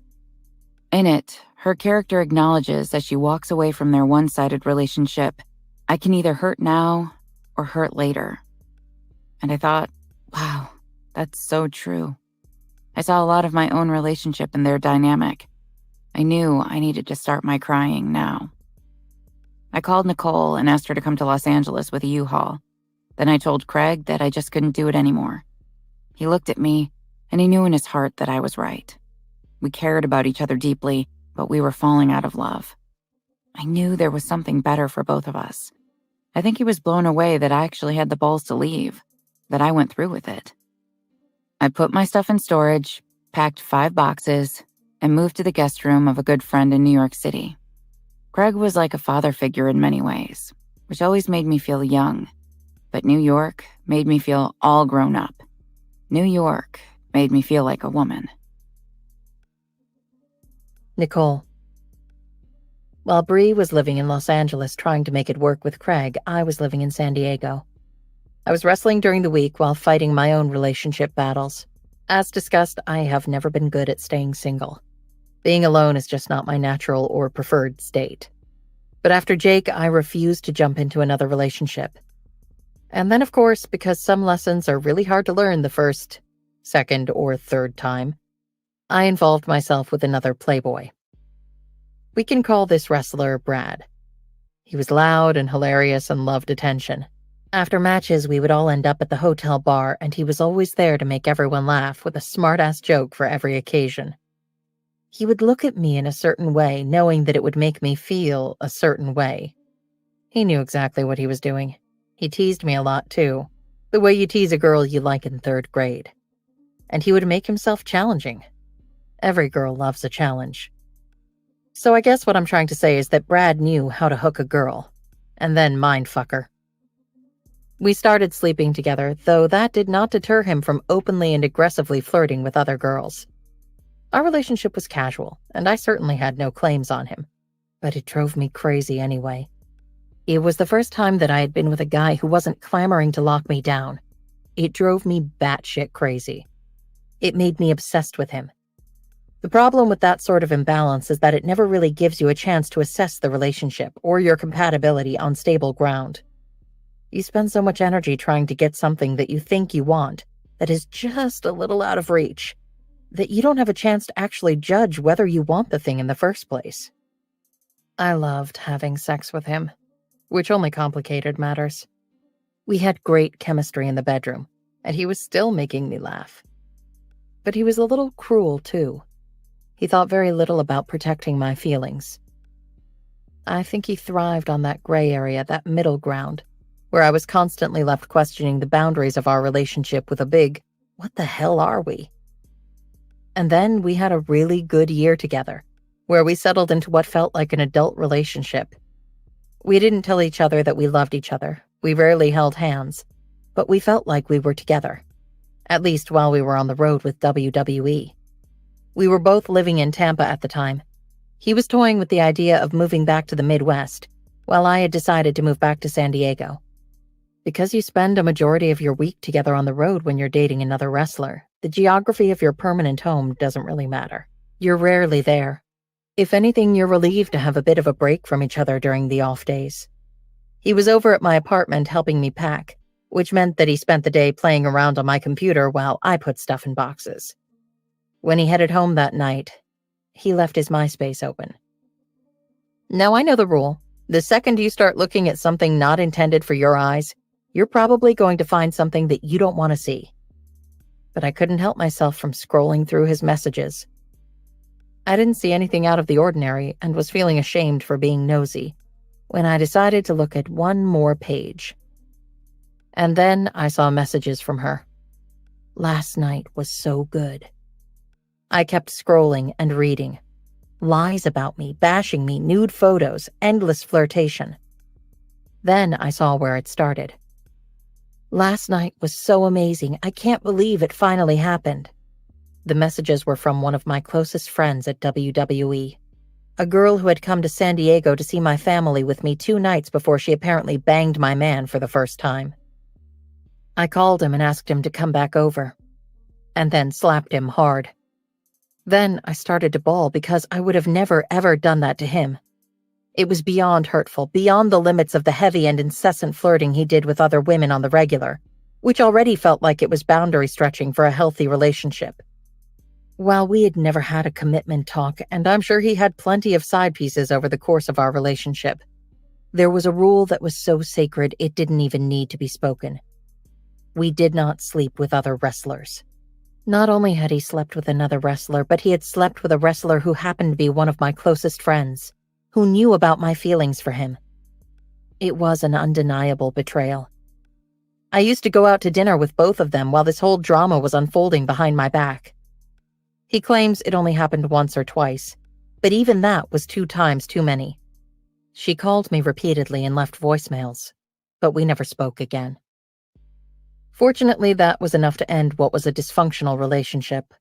It was fun while it lasted, and he is a friend to this day, but we had no business trying to make it work romantically. It's funny because we always had such a great time together. I still love talking to him, but his fear of commitment or just asshole-like tendencies made it all so terrible. He legit made me feel like a stupid girl. I rinsed off my relationship with Brad with a bartender in LA who was trying to make it in the industry. He was tall, dark, good-looking, hilarious. But as much as I liked him, our relationship was short-lived because it turned out he had a girlfriend. I was bummed and disappointed, but I was also used to shenanigans like that. And he did me the favor of breaking my cycle with Brad and giving it some finality and resolution. The bartender provided enough of a distraction for me, enough of a wedge, that I was able to quit Brad cold turkey instead of falling into an ongoing cycle of sleeping with him on and off depending on when I felt lonely. Brad will always make me laugh. He's an amazing guy. And it seems like he's finally ready to be a great husband. To someone else. Brie. Birdie and Bryan are hard to top, but the 2 years that I lived by myself in New York were some of my best. It was the first time in my life when I felt truly independent, financially stable, and had the luxury of really only worrying or thinking about myself. I didn't have a serious boyfriend who had a stake in my comings and goings, or a say over my schedule. There was nobody who held dominion over my emotions, or could make me feel alternately good and bad. It was really liberating and really fun. I had a job I loved. I was making good money. I had made a little name for myself at that point. The city felt like it was mine to conquer. New York gave me other gifts too, like the chance to tap into a life of arts and culture that I had first shared with Bear. I went to Broadway plays. I gallery hopped in Chelsea on the weekends and hung out with musicians and artists. I even called my mother to tell her I was done with the West Coast for good. Like Nicole, I was rebounding with bartenders across the city. Wrestlers and bartenders are, by nature, deeply compatible. Bartenders kept the same schedule as us. They gave us free drinks, and they took no issue with our itinerant lifestyle. When I was in New York City, it typically meant that I didn't have to work. I could party with them all night, and then sleep in all day. Some days I was in town, others not. It was no strings attached. Let's use each other for drinks and sex fun.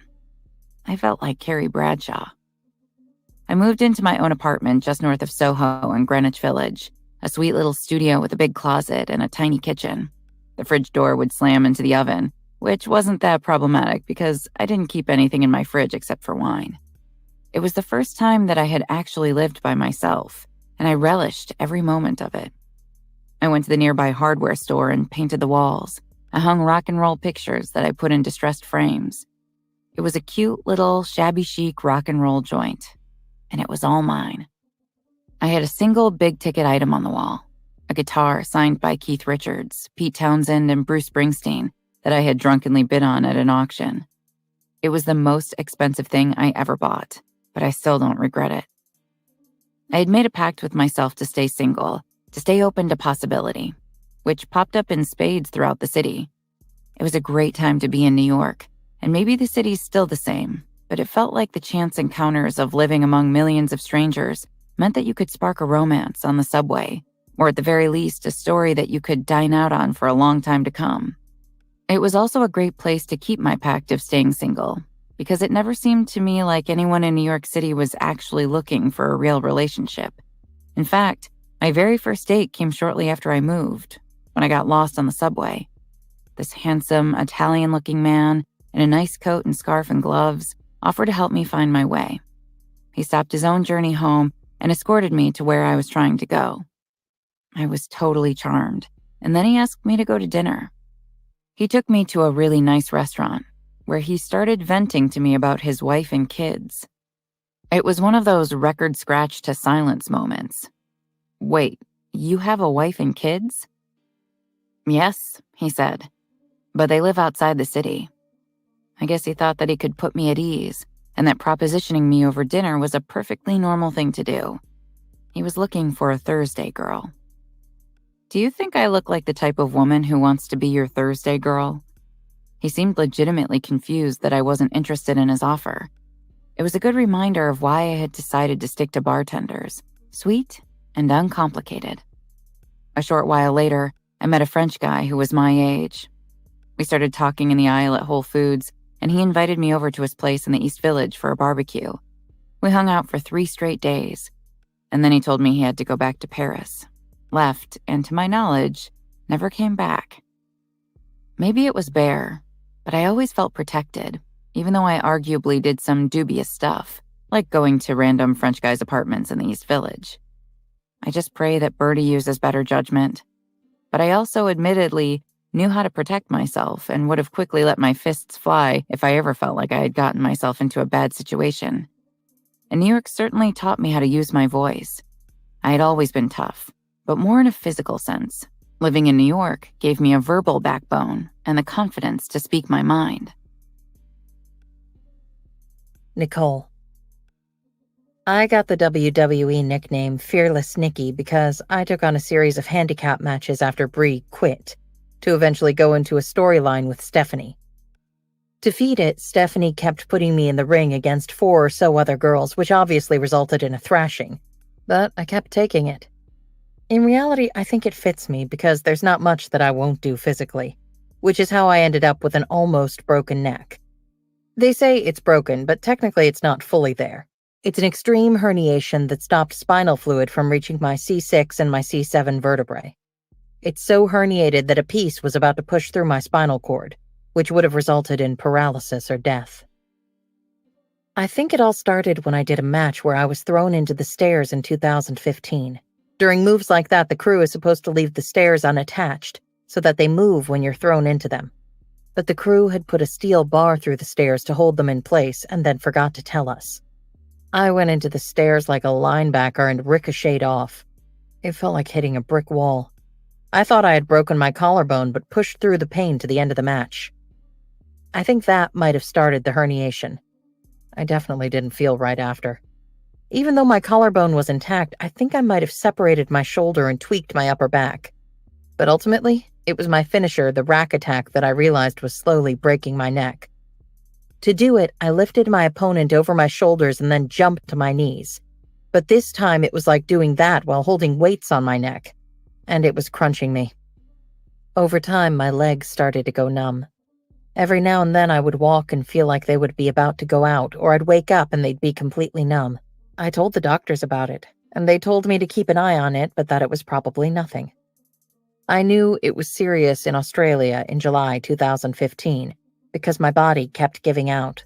My legs would just collapse out from beneath me during my finisher. I was sharing a room with Brie on that trip, and in the middle of the night I woke up because I couldn't lie down anymore. I stood in the bathroom for 2 hours crying because of the pain. I knew I was in trouble. I had all these lumps all over my back and would lie on ice packs on the floor trying to get them to go down. I went to a naturopath who injected them with CO2 gas to see if he could get them to dissolve. I assumed that something was wrong with my back or my shoulder. I never thought that it could be my neck.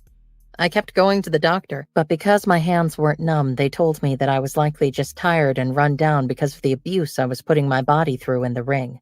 I kept telling them that there was something wrong. I've been an athlete for my whole life, and I can distinguish wear and tear from injury. I asked for an MRI, but they told me that it wouldn't show anything.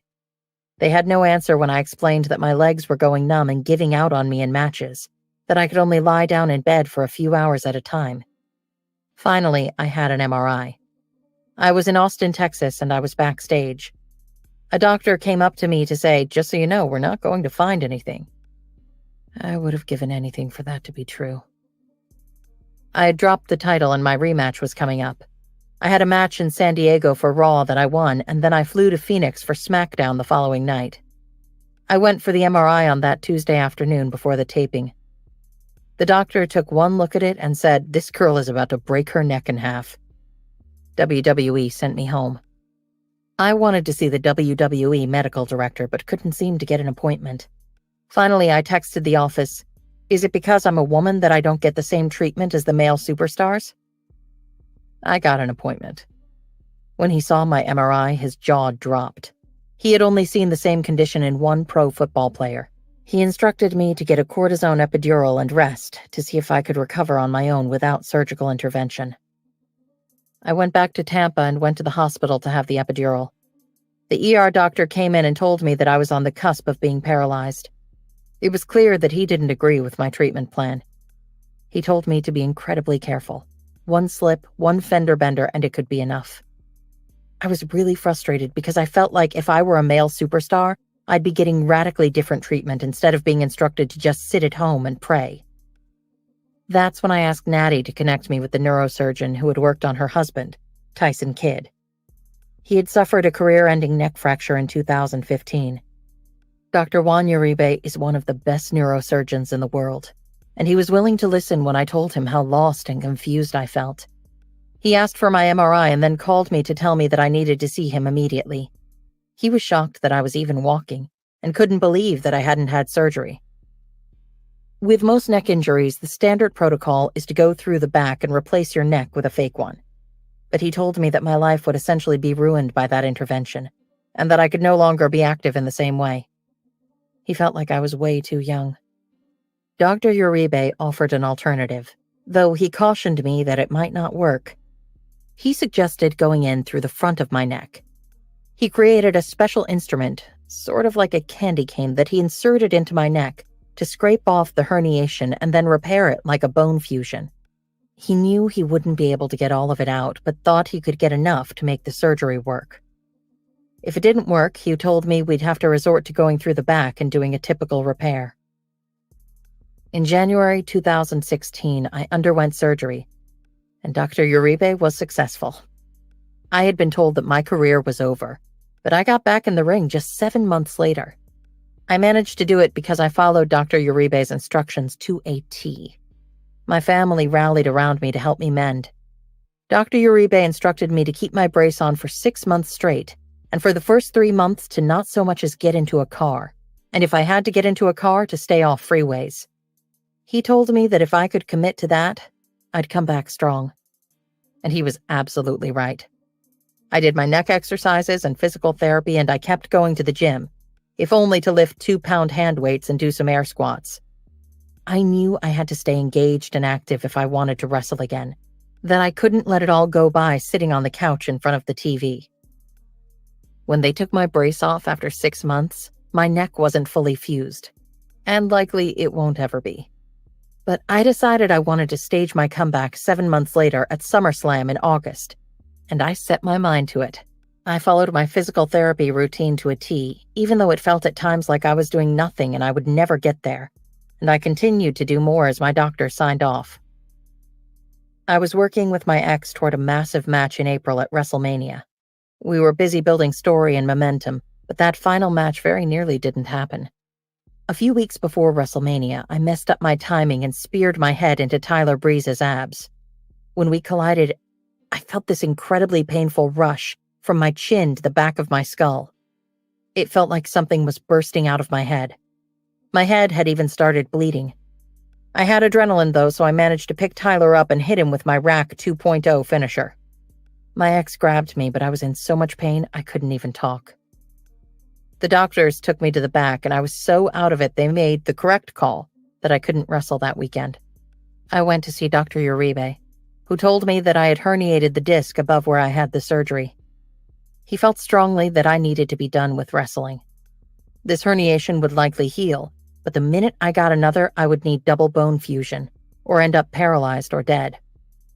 I convinced him I would take it easy and not do a lot out there. I told him that I understood I could never be a full-time wrestler again. This time around, WWE did not want to let me compete. I had to get x-rays and MRIs and a litany of tests to ensure that I would be okay. They didn't clear me until the Wednesday before my WrestleMania match. That match was meaningful to me for so many reasons. WrestleMania is a huge deal for women in general, but this was my chance to do a match with my then-current love. And as luck would have it, he then proposed to me in front of millions of WWE fans. It was a moment I had been waiting for my entire life. As I promised to Dr. Uribe, I haven't been able to be a full-time wrestler since. I had to let that herniated disc heal, which took time, though it gave me an opportunity to do Dancing with the Stars. I'm very aware that if I get hit in the wrong way, that will be it for me, in the same way that happened with Paige. Paige and I have a very similar injury. I never wanted to have to tell the women to be careful with me out there, but they all know they now have to avoid my neck at all costs. Even so, accidents happen. Best laid plans and all of that. It's a bummer, though. There are so many stories that I still want to tell in the ring. I wish I could have had a single story with Sasha Banks, Asuka, Alexa Bliss, Bayley, and Becky Lynch. And I would love to finish my business with Charlotte Flair, who I was in a storyline with when my neck gave out. But I'm getting older now, and looking back at life in general, I've come to realize that health is first. There's so much more to life outside of wrestling. When I was younger, I wanted to die out there in the ring. But now I can recognize my wrestling career for what it's been. An incredible chapter of my life. Life-making, really. And I'm much more focused now on what I can do to help women outside of the ring. How I can continue to help women break barriers across industries. I'm excited to build brands with my sister that extend beyond the ring. I've become much more mature. When you wrestle for as long as I have and have had as many major life moments in the ring, it's hard to find a moment of closure when you can say, I'm done, and feel good about it. I'm still waiting for the moment when I feel truly ready to hang up my snapback and Nikes, to acknowledge that it is okay that it is over, because I have had a hell of a 12-year run. It's been particularly hard to find that moment because the sport for women has been rapidly changing recently, and I want to continue to see this movement through. At first, I felt like closure would come at the Royal Rumble in January 2018, when the women got to do that historic match for the first time ever. Brie and I were thrilled when WWE asked us to be part of it. The Royal Rumble is a 30-woman match that takes place over nearly an hour, and I almost fell over when they told me I would get to come out at number 27 and work with the amazing Japanese wrestler Asuka. Vince is masterful at psychology, and so his thinking was that because Asuka is undefeated, the crowd would assume that Nikki Bella would be the one to break the streak. I had never wrestled her before, and it was incredible to work with her. She gave me a lot, and I don't think she'll ever know how grateful I am for that. It was an incredible night, with a not incredible finish. Asuka beat me and retained her winning streak, and then they made the decision to close it out by debuting Ronda Rousey. This was a little triggering for me in the moment. I unleashed a tweet storm, which, in retrospect, was probably an overreaction. It was nothing against Ronda. It is thrilling that she is at WWE. But it was a bit of a slap in the face to all the historic women wrestlers who had come out for the match, the main event, only to have the moment upstaged by the Ronda announcement. It just didn't need to happen like that. It dominated the post-show news cycle and became the only thing everyone wanted to talk about, not the historic Royal Rumble and Asuka's dominance in the league. And by the way, it sucked for Ronda too, because that's no way to join a team. They threw her right into the lion's den. As amazing as it was when we actually went live, the lead up to the Royal Rumble was stressful. The men knew we were doing our finish, but that day they petitioned WWE to let them do that finish instead. And for some implausible reason, even though we were the main event, we were told that we would have to change our version. Asuka doesn't speak English, which made talking through variations hard, and we needed space to work. So they told us that we should drive back to the hotel, 30 minutes away, and work on something different in the 90 minutes before showtime. In a frantic dash, we worked up an alternative ending, and then the men changed their minds again, and we were able to keep the original. It was one of the most stressful few hours of my life. Besides the unnecessary backflips, a bunch of guys were apparently pissed that we were the main event too. We had waited decades for the historic opportunity. We deserved the chance to bask in it. Moments and situations like those make me want to bang my head into the wall. Just give women one night. Let them do the finish they want to do without challenging it. Then don't debut a massive superstar. It was a bummer because the women didn't get a chance to talk about what happened out there. We didn't get to tell the press that we'd had to abide by the same rules as the men, that we had to go over the top rope to be eliminated. Many of the girls out there had never gone over a top rope. It's scary. The interviews post-show would have been incredible. But instead, they'll never be able to capture the emotion of the event. But that wasn't our last chance to change history. In the summer of 2018, Vince McMahon called to tell me that he was debuting Evolution, the first all-women pay-per-view event, and he asked me if I wanted to fight Ronda Rousey, the champion. While I thought I was done after the Royal Rumble, I jumped at the chance to come back and do a story with her in the ring. In many ways, it was tough to stage a comeback. Physically, always. But it was particularly hard post-breakup with my fiancé. Everyone assumes that our Total Bellas TV storylines are fake, and that we put the drama on just like we do in the WWE ring. But the cameras capture everything, including the hard stuff. The show closely adheres to the reality of our lives. Throughout the comeback, I was in a lot of pain. Besides the craziness of running 2 businesses and filming a reality show, I was crying myself to sleep every night and not sleeping. Those 2.5 months were some of my hardest yet. It didn't feel like the comeback that I wanted. But the day of Evolution, it felt worth it. It was incredible. Backstage was full of emotion.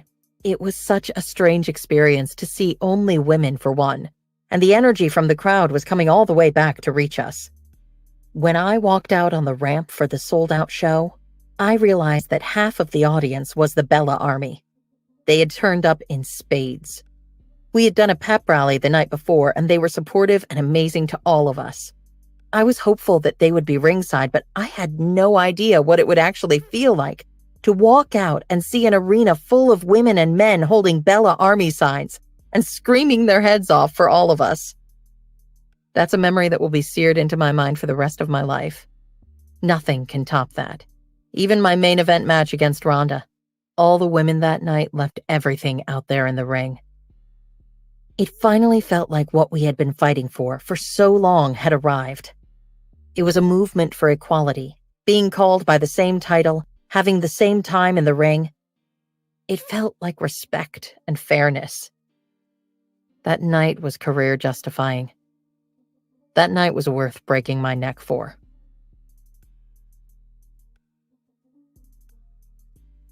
Chapter 8. A Story of Submission. 2010 to 2018. New York, New York. Las Vegas, Nevada. Brie. My now husband didn't tell me he loved me until the day he proposed. He had warned me in our early days of dating that he wouldn't say it. He'd only ever told 2 people he loved them, his mom Betty and his sister Billy Sue. He thought the way we all throw the word around, I love this smoothie, I love the way these pants make my ass look, I love you, I love pasta, cheapened it, made it meaningless. I thought it was a funny thing to say at the time. It was so very Bryan, who loves making rules and then actually sticking to them. I didn't think it was a big deal, because I honestly didn't think we'd ever be serious enough to say it. I first met Bryan in February 2010. He'd had an epic and long career in the independents, and was an internet darling thanks to his high-flying, technical Japanese wrestling style. For context, he has had several documented concussions in his career, and he started racking them up early on. His first came in Japan, when he went to do a backflip off the top rope onto the floor. In WWE, the top rope is made of rope, but in Japan, it's a cable covered in PVC-like plastic. Bryan's feet rolled and he crashed headfirst into the floor. The second came in Austin, Texas in 2000, when he did a front flip off the top rope and his opponent failed to catch him. The third, only a week later, was when he planned to jump off the top rope and through a table, but he overshot the other guy and cracked his head on the metal spoke in the table after he went through it. To put it lightly, he is one of those guys who fully paid his dues working up the ranks. He would tell you that he didn't know if he even wanted a career in WWE, which is much more performative and less risky from a wrestling perspective than the indies. But the money is certainly better. Before we were ever in a storyline together, we talked for the first time at the baggage claim in New York City. I had just moved to the city, and it was clear that he had no clue which Bella I was. He distinguished the two of us as the one who lived in New York City and the one who lived in San Diego. A few months later, they developed a storyline for me and Nicole where we were both in hot pursuit of him. He picked his WWE superstar name, Daniel Bryan, by the way, over Buddy Peacock, even though Buddy Peacock would definitely be a great porn name, because we had heard that his virginity was up for grabs. The punchline was that he wasn't a virgin, he was actually a vegan. At first, Bryan hated the concept, since he thought it made him look like a loser. He wasn't used to the campiness of WWE at that point, or how you can work silly storylines to become a fan favorite, but he warmed up to the story over time. The funniest oops, which he recounted in his own memoir, was when we were working on an entrance where he'd squat and we'd step on his thighs to get up into the ring. In that moment, during a live event, we realized we had both forgotten to put on underwear. I wish I could say this was a one-off, but we frequently forgot our underwear, and we probably gave everyone ringside an accidental show. He also convinced us to join in on the airplane gimmick. We would make plane arms as we would valet him down the ramp. Then he would pick up Teddy DiBiase Jr. and airplane him over his head until Teddy was really dizzy. Then Nicole would pick up Maurice, Teddy's valet, and spin her around until she was really dizzy. Then I would slap Maurice, and Maurice would slap Teddy, and then roll him up for her finisher until he'd kick out. Then Bryan would roll him up and put his finisher on him. It was good, dorky WWE fun. Romantically, I had never cared much about the WWE guys.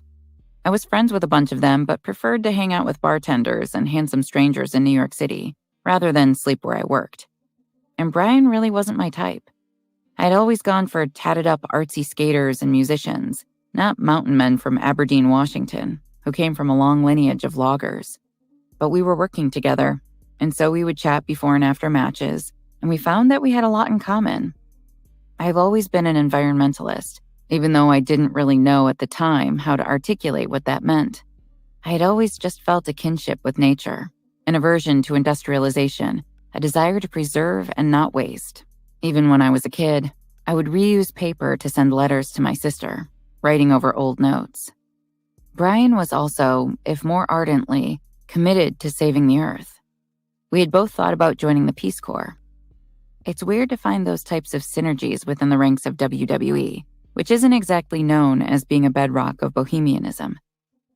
One night when I was driving to the next town with Nicole, I told her that maybe I was developing some feelings for Bryan. I went on to explain how much we had in common, even though he was nothing like the other guys I had dated. We believed in the same things. Her response was classic Nicole. That's really weird. I thought it was pretty weird too, and I really didn't want a boyfriend. I was just out of half a decade with Craig and was craving independence and freedom. But we were on the same show and live events together, and I was finding myself becoming more and more drawn to him. We typically didn't have to be at the arena until late, around 5 p.m., unless it was a TV event, in which case we needed to be there a few hours earlier. I usually tried to hit up a museum or cultural event in whatever city we happened to be visiting. When we stopped in Boston for that year's Royal Rumble, I texted Bryan to see if he wanted to go to the Isabella Stewart Gardner Museum with me. I had been dying to go. During her life, Gardner amassed a stunning collection, including Renaissance masterpieces. Then she built them a Venetian palace-inspired home at the turn of the 20th century, making it unlike most museums. Bryan told me he'd love to go, and we jumped in his car. I was crushing on Bryan as we wandered the floors of this quiet and idyllic museum. I don't get embarrassed easily, but early on, I pointed to a painting. I guess I was close to it, and a security guard started yelling at me. "Hey, don't point at the painting." I wanted to snap back. "You can't yell at me in front of a guy I have a crush on." It was humiliating. Bryan and I were both giddy and charged in that way you are when you're curious about where something could go, and maybe waiting to be kissed, which never came that day. We kept wandering, looking at art and talking, until we realized that we were going to be late for the show and bolted, Bryan in a total panic because he has an aversion to being late. I wish I had that. On the drive back to the arena, I had to reassure him that they wouldn't fire him or kick his ass for being 5 minutes late. To this day, we still haven't made it back to see the third floor of that museum. I'll never forget the early days in our storyline when, for example, the three of us were sent to a Verizon wireless store outside of Washington, D.C. for an appearance. None of us were particularly well known at that point, and WWE hadn't done a lot to promote it. We just sat in this Verizon wireless, waiting to sign for fans who did not come. It could not have been more random or hilarious.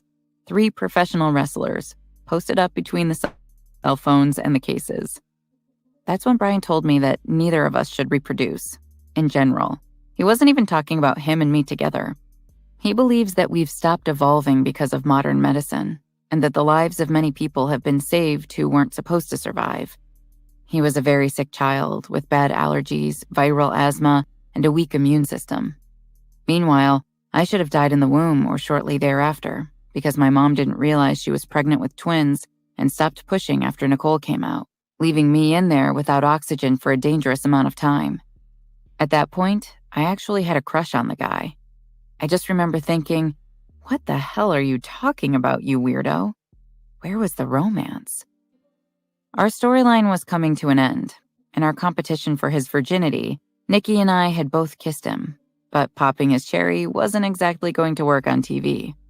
In a backstage promo, we walked in on him with another diva, Gail Kim, who he told us was his girlfriend. "But we thought you were he jumped in, vegan?" Absolutely. I don't eat any meat.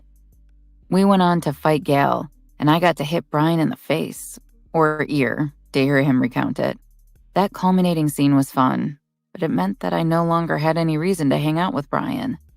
That made me sad, which then forced the realization that I might have more than a crush on him. Our storyline ended on a Monday, which was remarkable only because it was also February 14th. The next day, we were in San Diego for SmackDown Live. I went with a bunch of friends, Nicole, and another wrestler she was dating, to Nick's at the beach after the show, and I invited Bryan. He came back to Nicole's condo with us. I think he was weirded out because he didn't realize that Nicole and Brad were seeing each other, though that was more due to the fact that he never really paid attention to that sort of stuff than the fact that it was a secret. We all hung out for a while. It was getting late, and so I walked him back to his car, which was parked a few blocks away. Nothing happened, but he offered to drive me back to Nicole's. We obviously knew we liked each other at this point. It was after Boston and a few other couples' excursions, and yet we just sat, parked outside of Nicole's, like two awkward teenagers. I thought to myself, is he actually waiting for me to make the first move?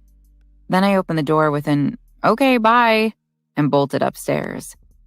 In Bryan's version of events, I essentially jumped out of the car while it was still moving, though he acknowledges that it was a good 5 seconds. Count it out. That's a long time to sit there and wait for a kiss. I went back upstairs, a little annoyed and disheartened. I stopped to chat with Nicole and Brad about why Bryan was being such a dolt about making a move. Nicole offered me pretty basic advice. Text him to come back and kiss you. So I went up to Nicole's spare room and sprawled out in bed in my pajamas and wrote, "I thought you were a gentleman and were going to kiss me goodnight." He replied that I shouldn't tempt him and that he was turning his car around. I got out of bed and promptly tripped over the comforter.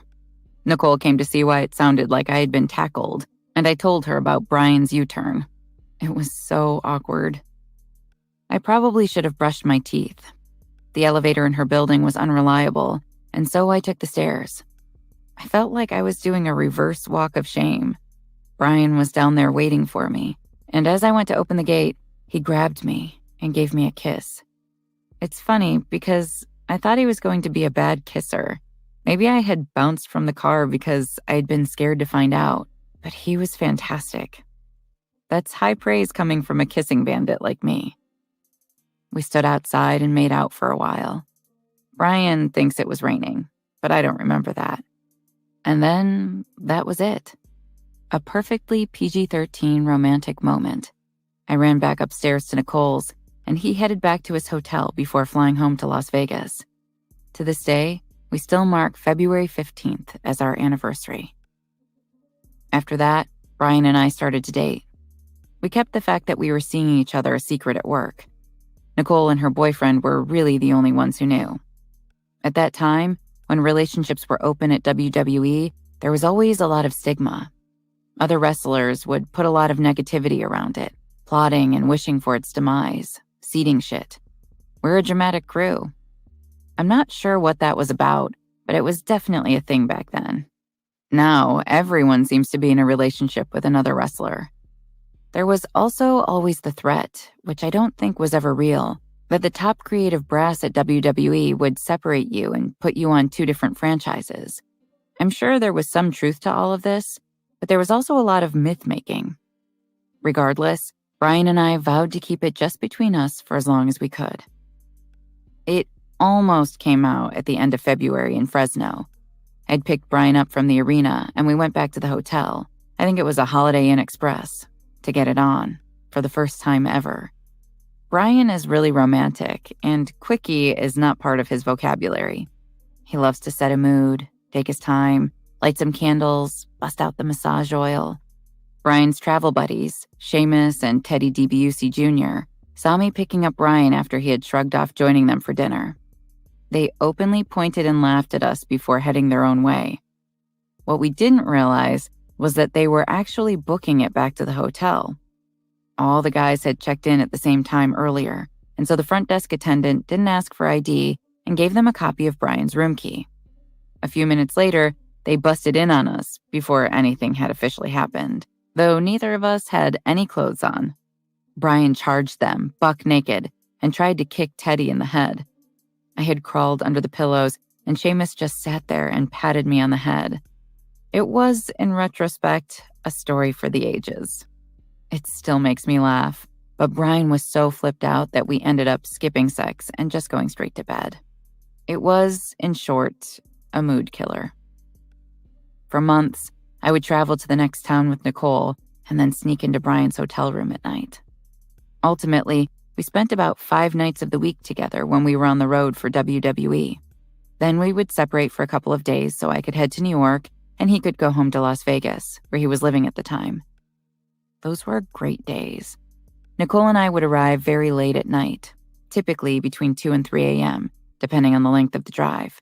Then Bryan and I could spend the entire next day hanging out in bed, with a brief break for a workout. It was a strange schedule, but it's perfect for that beginning of relationship stuff when you just want to cuddle, chat, and watch bad TV. It was really not my intent to date a wrestler, primarily because when you inevitably break up, you still have to see each other at work all week, and then you'll likely see them with the next wrestler they happen to get involved with. But a relationship of some sort with Bryan just seemed inevitable. As much as I didn't intend for it to happen in the first place, there was no way to stop it once it started. Except, of course, by refusing to be his girlfriend.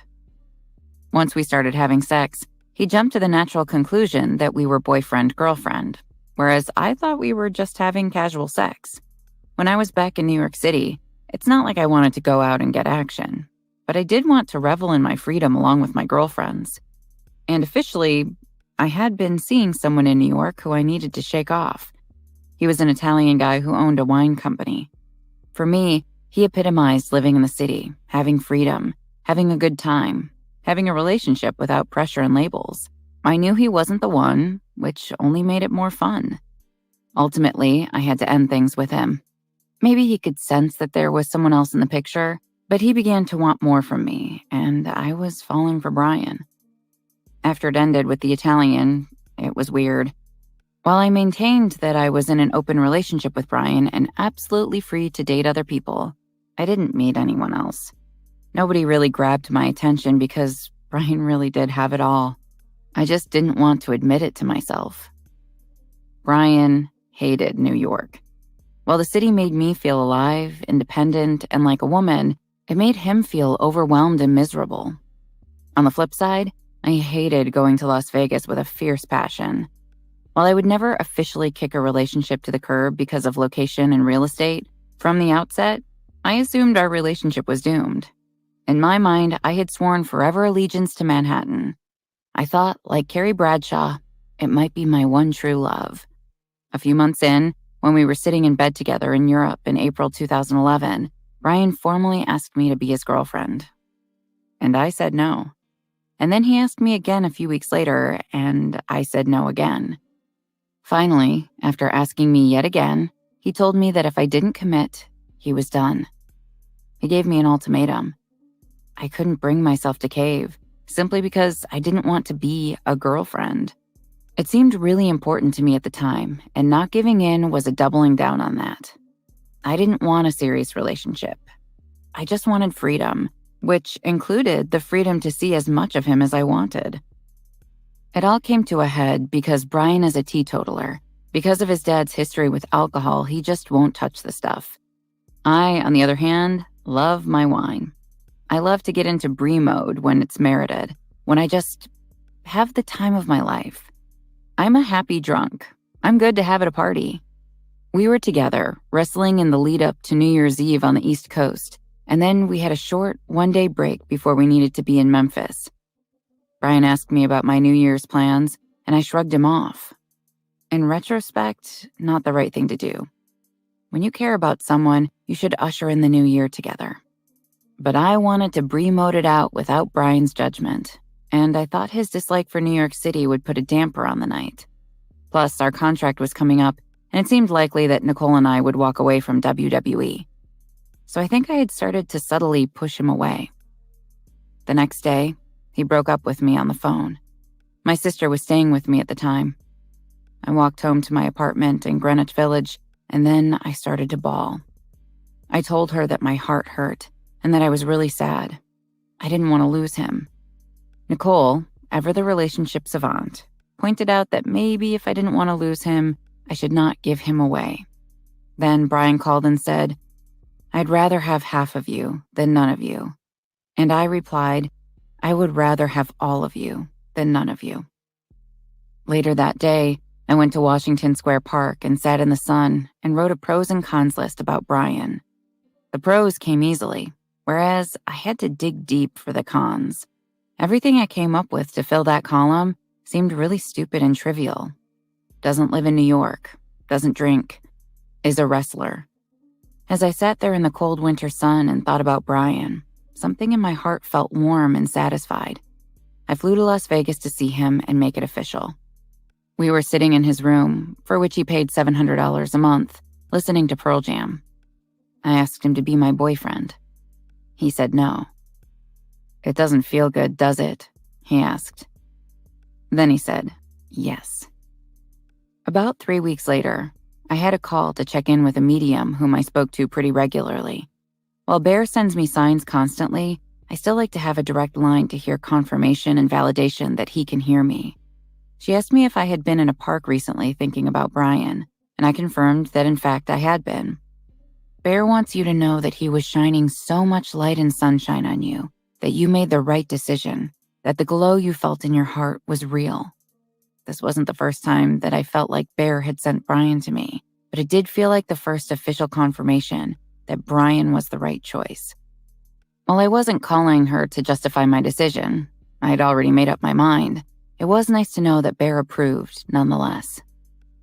As Bryan and I became more and more involved, our relationship became impossible to hide. We finally outed ourselves at WrestleMania 17 in Atlanta. We were just always together, and people catch on when there's a certain amount of intimacy. The only alternative was to avoid each other entirely, and that wasn't appealing. Plus, it felt real enough that it was worth being open about it backstage. As a bonus, Bryan was able to start driving from city to city with me and Nicole, which broke up some of the time behind the wheel.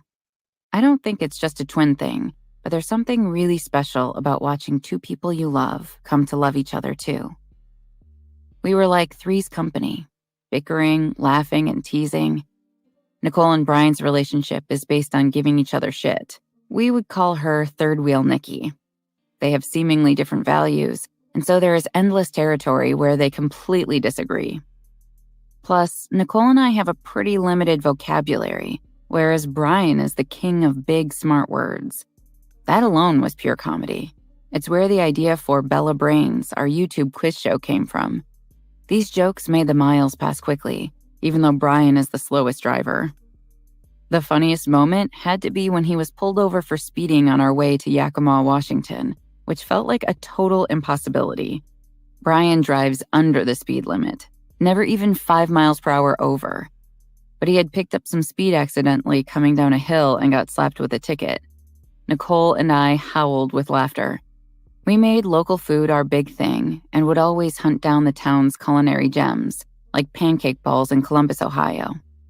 On Tuesday mornings, Nicole and Bryan would go work out together while I slept in. I really loved to sleep in.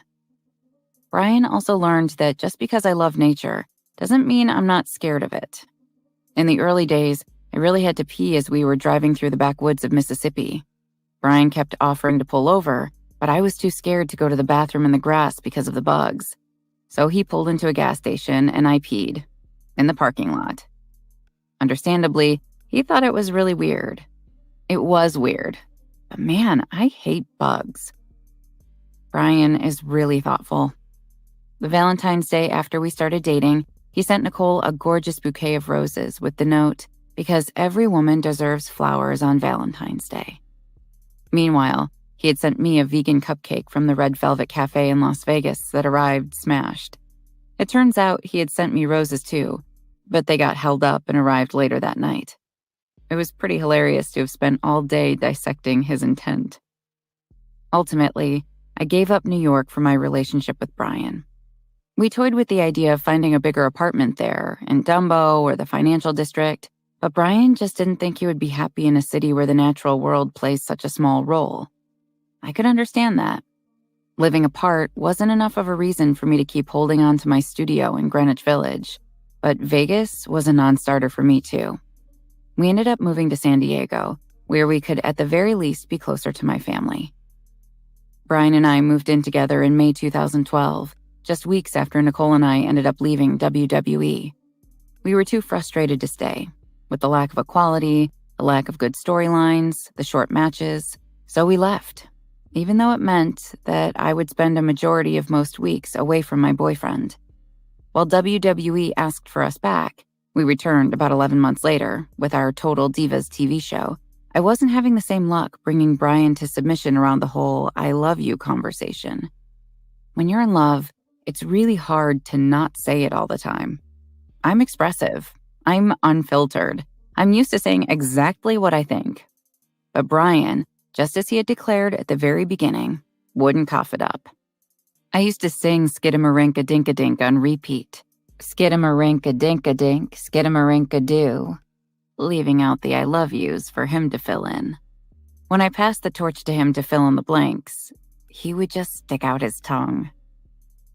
On September 25th, 2013, on a hike in Big Sur, California, Bryan dropped to one knee and asked me to marry him. Perhaps more important, he told me he loved me. It's funny because even though it was irritating to have to wait, and I definitely had moments of wondering how I had managed to get involved with a man who couldn't stomach 3 simple words, I got what he meant about love becoming a little cheap with overuse. When he finally said it, it was incredible. Even though I knew he had loved me for a long time, he always made me feel cherished. He said it with his eyes, his actions, the way he looked at me, touched me, protected me, and nurtured me. On the flip side, I've been with many guys who said I love you all day long, but never made me feel like there was any intention behind their words. Speaking of teaching each other how to say things, I have certainly expanded Bryan's vocabulary, as he now regularly uses chick language like so good and amazing, which he thinks are imprecise and hyperbolic.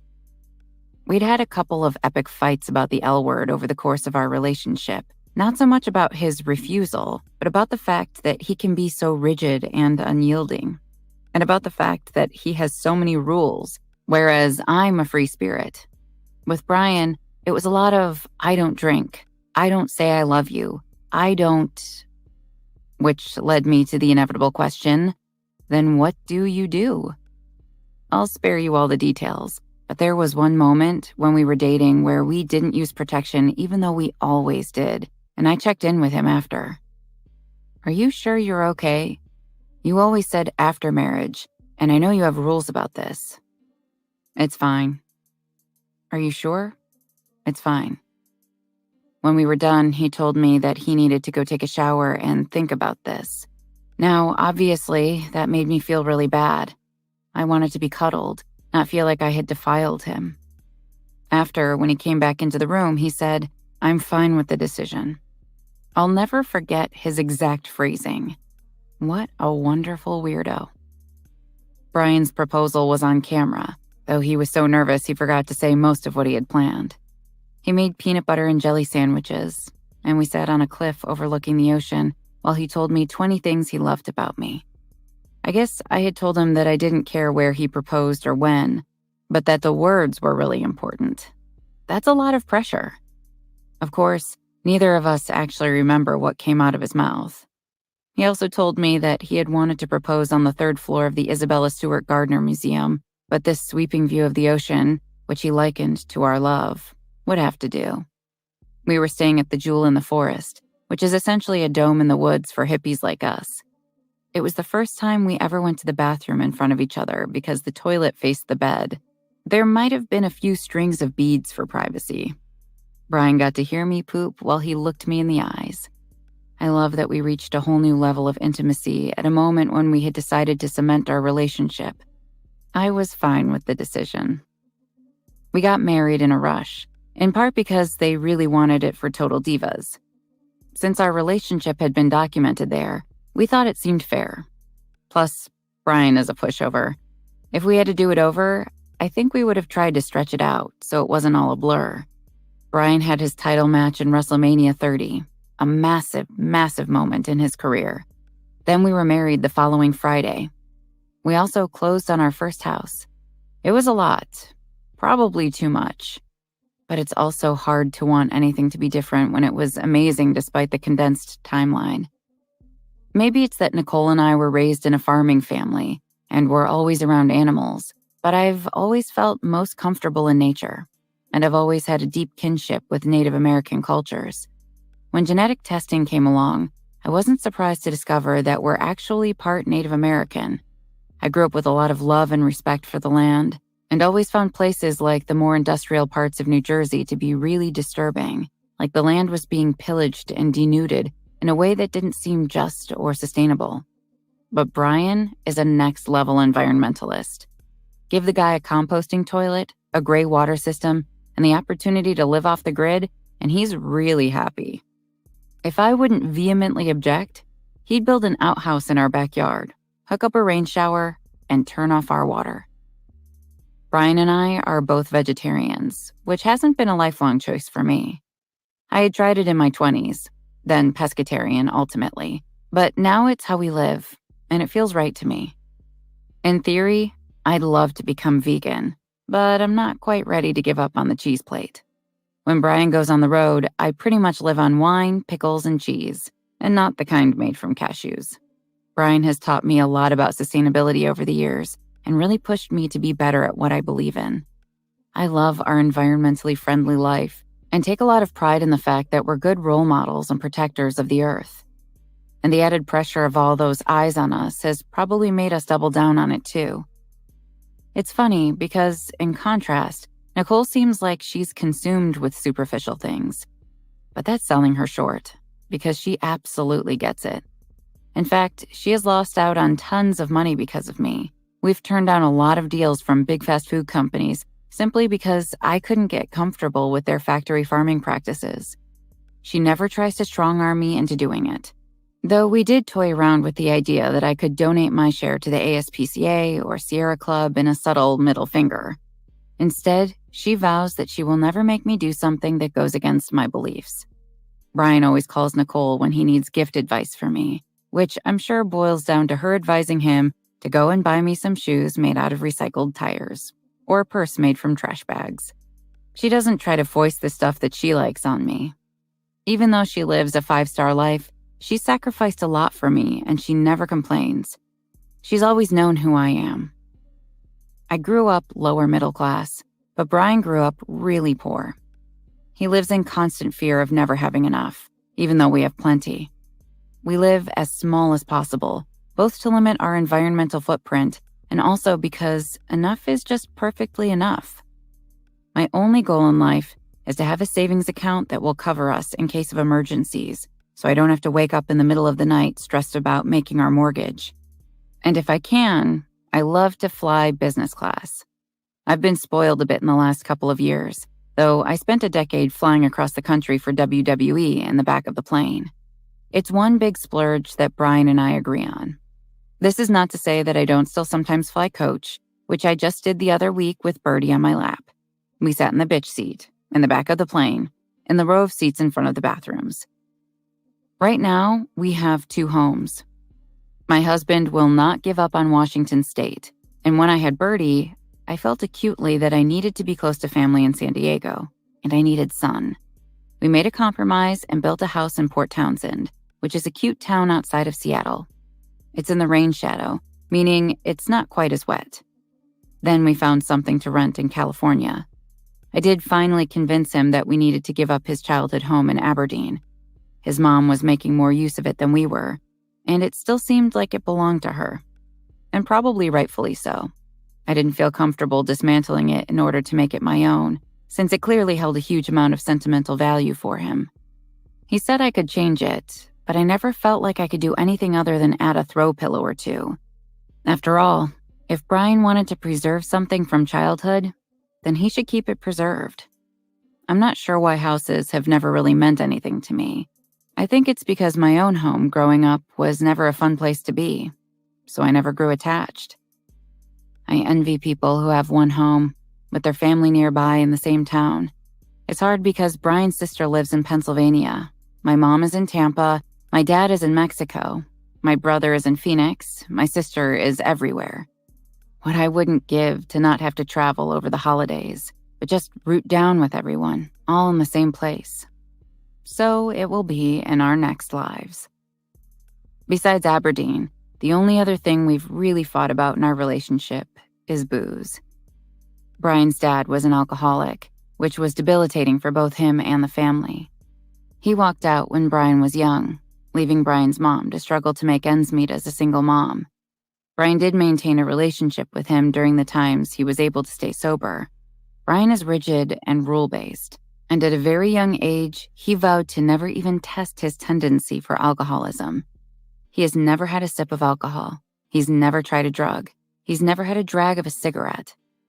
But he does have the addiction gene. He has designated days to eat sweets, because if left to his own devices, he'll stand over the sink and smash 10 cupcakes in under 10 minutes. Sugar is his drug. I, on the other hand, have trouble wrapping up a day without a glass of wine. Besides being the signal to myself that it's time to unwind, it's the primary way that I socialize. I love to have a drink while watching the sunset. I love happy hour with friends. And when the occasion demands it, I love to get full-on Brie mode. When we were courting each other, it was tough to not be able to fall back on a typical drinks at the bar fail-safe date.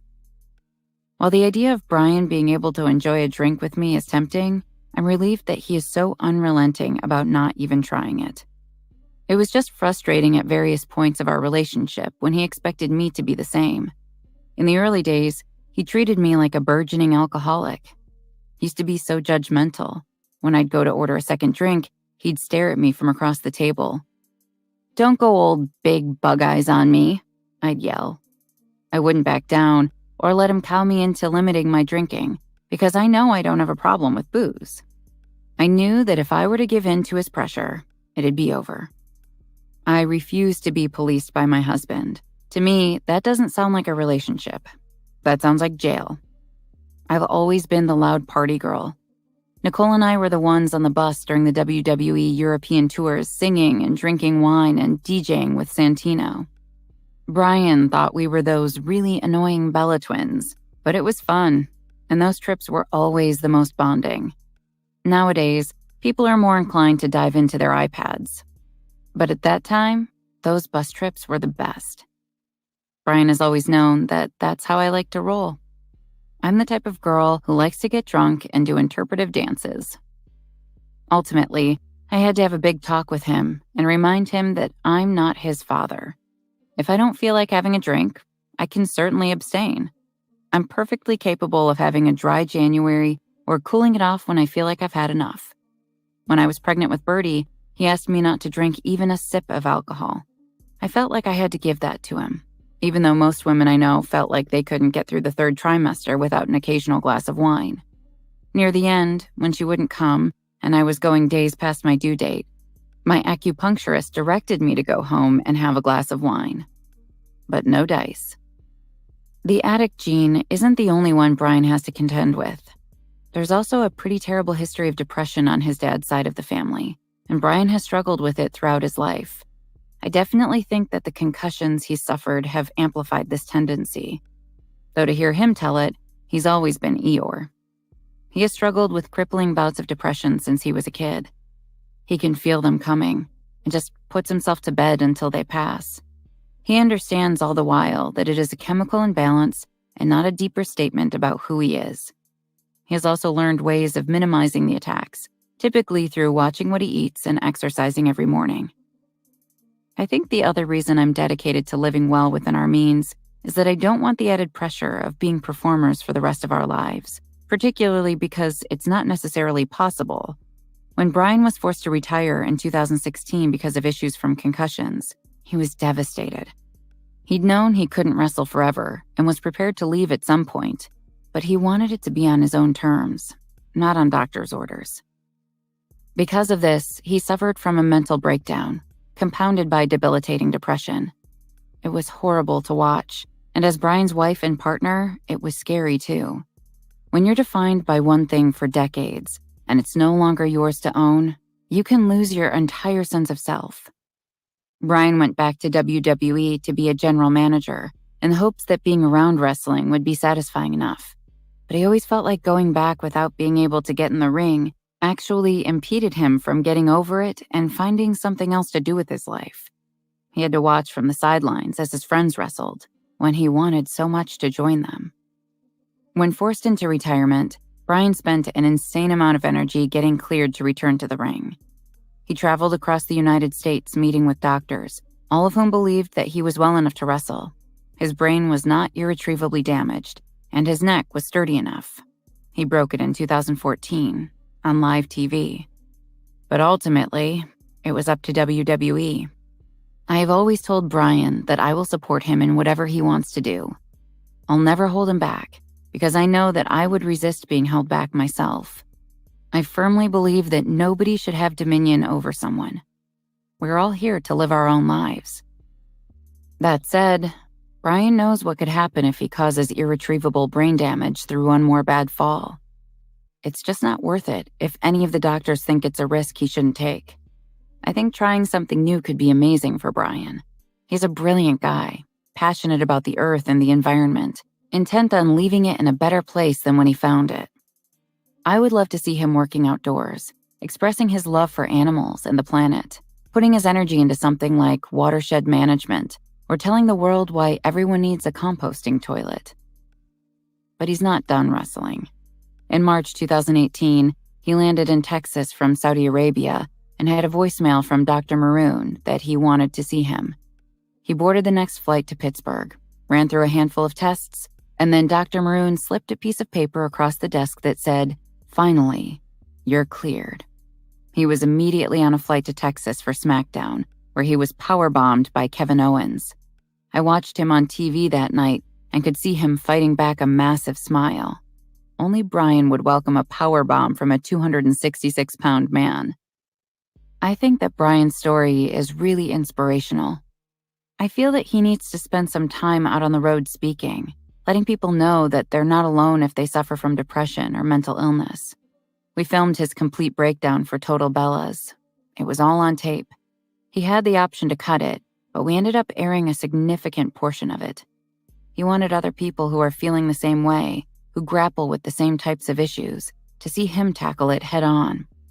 He wanted the world to know that it's okay to be depressed. It's okay to be devastated when something that you love is taken away from you. You can grow from it and ultimately thrive. You can find a way to reconcile yourself to depression's presence in your life without letting it paralyze you from going after what you want. People who are depressed don't want to be alone. They want to find a path to achieving their dreams alongside people who love them too. When we got married, Bryan reminded me that his depression is his biggest flaw. I might argue that it's a strength, as I believe that it has stretched him as a man and made him even more compassionate and wonderful than he might otherwise have been. I reminded him that I am a pistol and that that's probably my biggest flaw. I am very easy to trigger, as my parents never modeled fighting with your partner in a way that didn't go dark and malicious. I have had to do a lot of reparenting to find new ways to funnel my anger in a more productive way. Fighting with your spouse is normal, but Bryan would argue that I don't know how to fight well, or in a way where it's easy to walk it back from the brink. One time, I called Bryan a total fucking idiot in public, in SeaTac Airport to be exact, and he didn't speak to me for 2 days.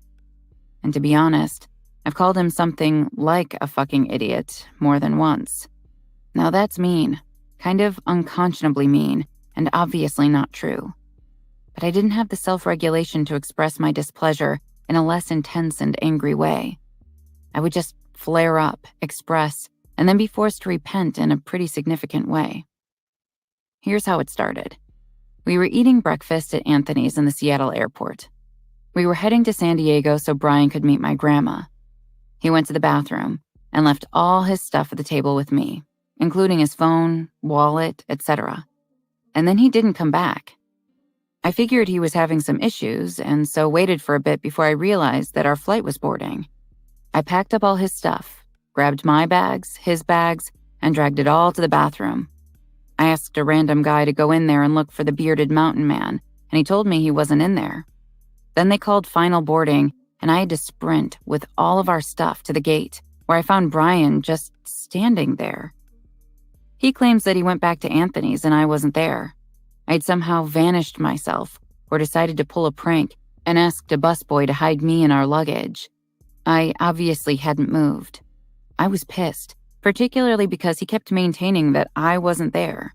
The restaurant had 2 entrances, so he had clearly gone into the wrong one. We started arguing as we boarded, and then I threw his shit in front of everyone and called him a fucking idiot. He pretty much treated me like I was the worst person in the world throughout the weekend. He couldn't have been nicer to my grandmother, otherwise we wouldn't be married, but he didn't speak to me for days. Finally, we addressed it and got down deep with it. He told me that in his family, they didn't talk to each other like that. He was literally rendered speechless by what I could send out of my mouth. I explained that in my family, we did. Nicole and I are notorious for ripping each other's throats out, cussing each other out, and then going to grab coffee together a few minutes later like nothing happened. From that day on, whenever I said anything mean, he wrote it down in a journal. It was actually a good way for him to give me visible proof of some pretty bad behavior that came in the heat of the moment, when I was almost unconscious with rage. He's also come to realize that meeting my pain with coldness isn't a way to move us forward either. It has been a slow but worthwhile process, one filled with labor and love.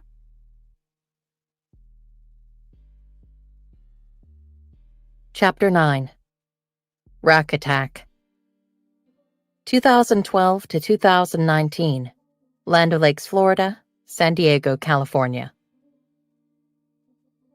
Nicole. My first date with my ex was at Gibson's Steakhouse in Chicago, and the rest is Total Divas and Total Bella's rerun history. For the purpose of his privacy, I don't want to retread old events here, particularly the ones that got plenty of screen time and rehashing in the media. There is not much more to milk from that well-documented chain of events. But I do think there is value in explaining what I learned about myself during a time of extreme highs and lows, in the hopes that it helps some of you. I have many regrets about that relationship.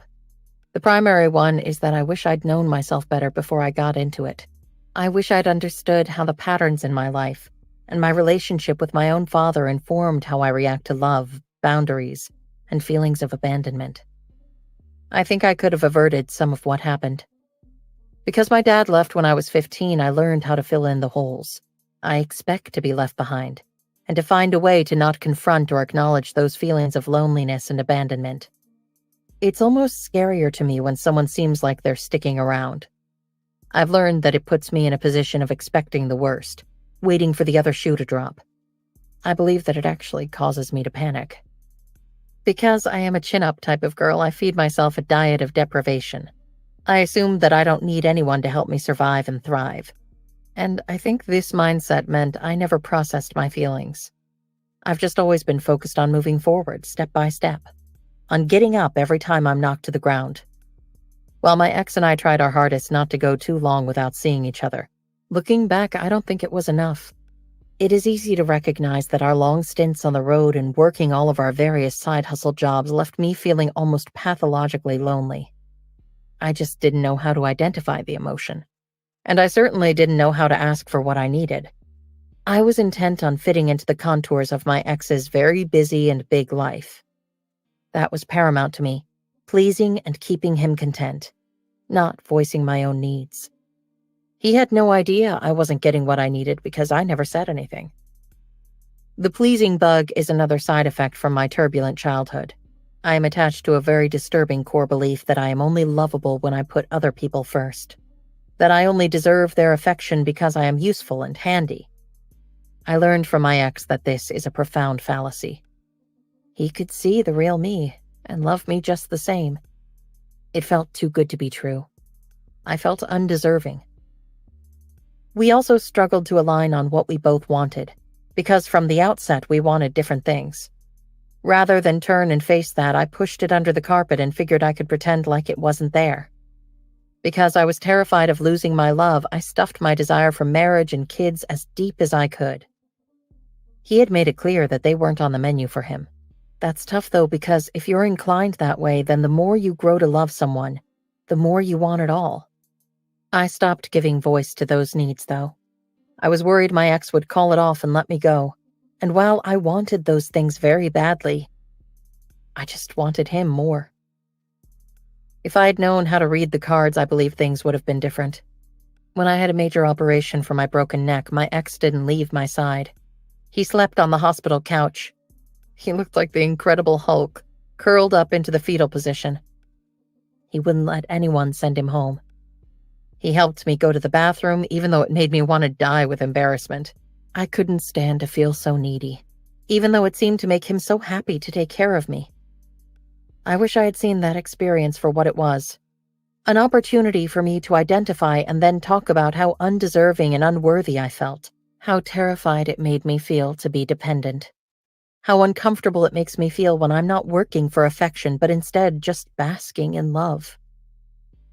Not only did I operate from a place of fear of losing something I wanted, my ex, but I also wanted to be perfect for him because I wanted him to have a perfect life.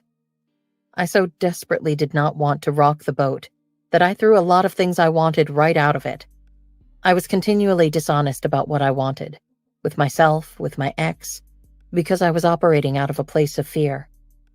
By continually putting him first and choking my own voice back, I didn't give him the respect of actually hearing about how I was doing.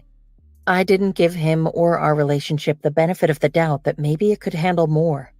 Because I assumed he wasn't willing to make sacrifices, I did not persistently ask.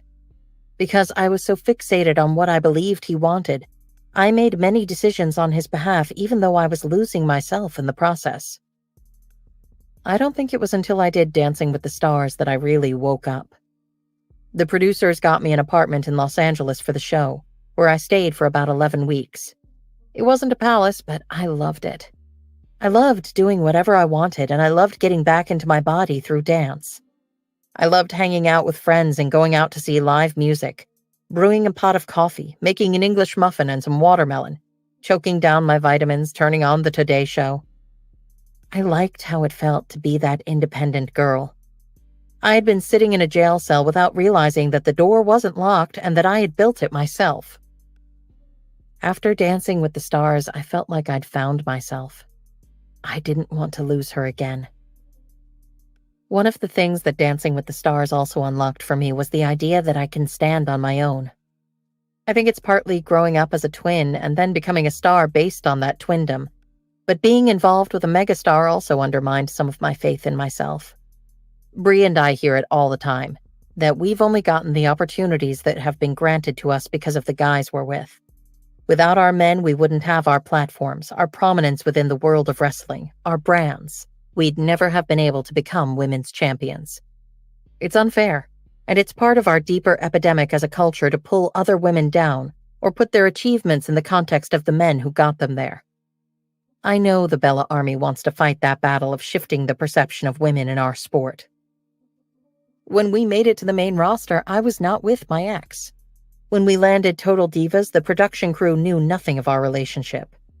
We didn't reveal that he was my boyfriend until the first day of filming. I had built my career for 12 years, and it was painful when people conflated my success with his. My ex never had to stick up for me at WWE. He never had to step in to defend my work or push for me to get more opportunities. That was always done by Vince McMahon, WWE's chairman and CEO. He recognized that I was popular with the audience, was a good wrestler, and represented the company well. As our wedding approached, I started to panic. This precedent I had set for myself throughout my life started to rear its head, pleasing others and stifling what I actually wanted if it didn't match what they wanted. This might sound insane, but I am such a pleaser that when I am not in the position of giving someone exactly what they want, I think that the whole construct breaks. On some deep level, I believe that the only reason I am loved is because of this pleasing. The pleasing is my entire worth. I simply haven't known any other way to be. As our wedding approached, I broke. I simply couldn't stand up to the pressure of making everyone else happy above myself. I panicked. I freaked out. To me, pressure feels like the end of the world. I'm like a wild horse or a feral cat. I'm so used to at least a little bit of dysfunction that anything normal feels like flashing signs of danger. I had to walk away. I had to let it all go. The fallout was terrible, particularly the speculation within the news media and on social media that it was all for ratings. The thing about reality TV is that you don't get to pick and choose what you show, and the pressure from filming inherently creates drama. It brings things to a head by applying a heavy load to the sensitive parts of your life. Having our relationship fall apart on national TV was excruciating. I had to relive it all again while also having my heart broken from missing my ex. I hope our story together will have a happy ending. And in retrospect, I probably wouldn't change anything about it because I believe I'll end up exactly where I'm supposed to be. But I know the path to get there would have been far less tortured if I hadn't needed to learn a lot of important lessons about tapping into what I want and need, and learning how to communicate that to the man I loved most in the world.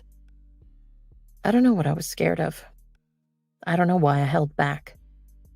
But I can probably attribute some of it to my upbringing, and this disease of pleasing, of not knowing how to just hold love without rushing to give it back.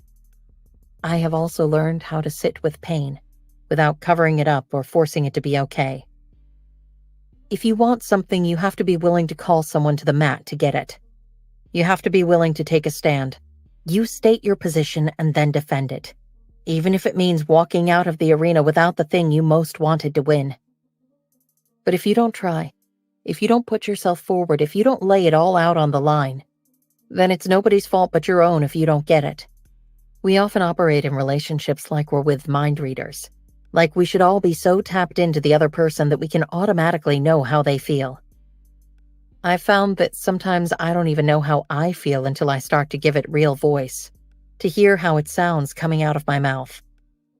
I think it's like any muscle. As I exercise my voice more and more, it will come easily and often. Love, like everything else, is a nothing ventured, nothing gained situation.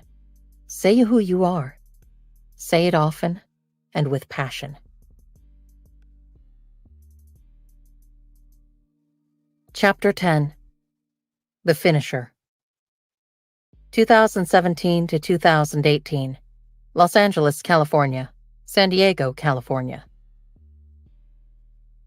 Nicole. When I was cocktail waitressing in my 20s, one of my legs went dead while I was working a shift. I'd had a lot of pain in my abdomen, which was becoming increasingly unbearable, even though I had a really high tolerance for discomfort. I didn't want to go to the hospital or urgent care. I didn't think I could afford it.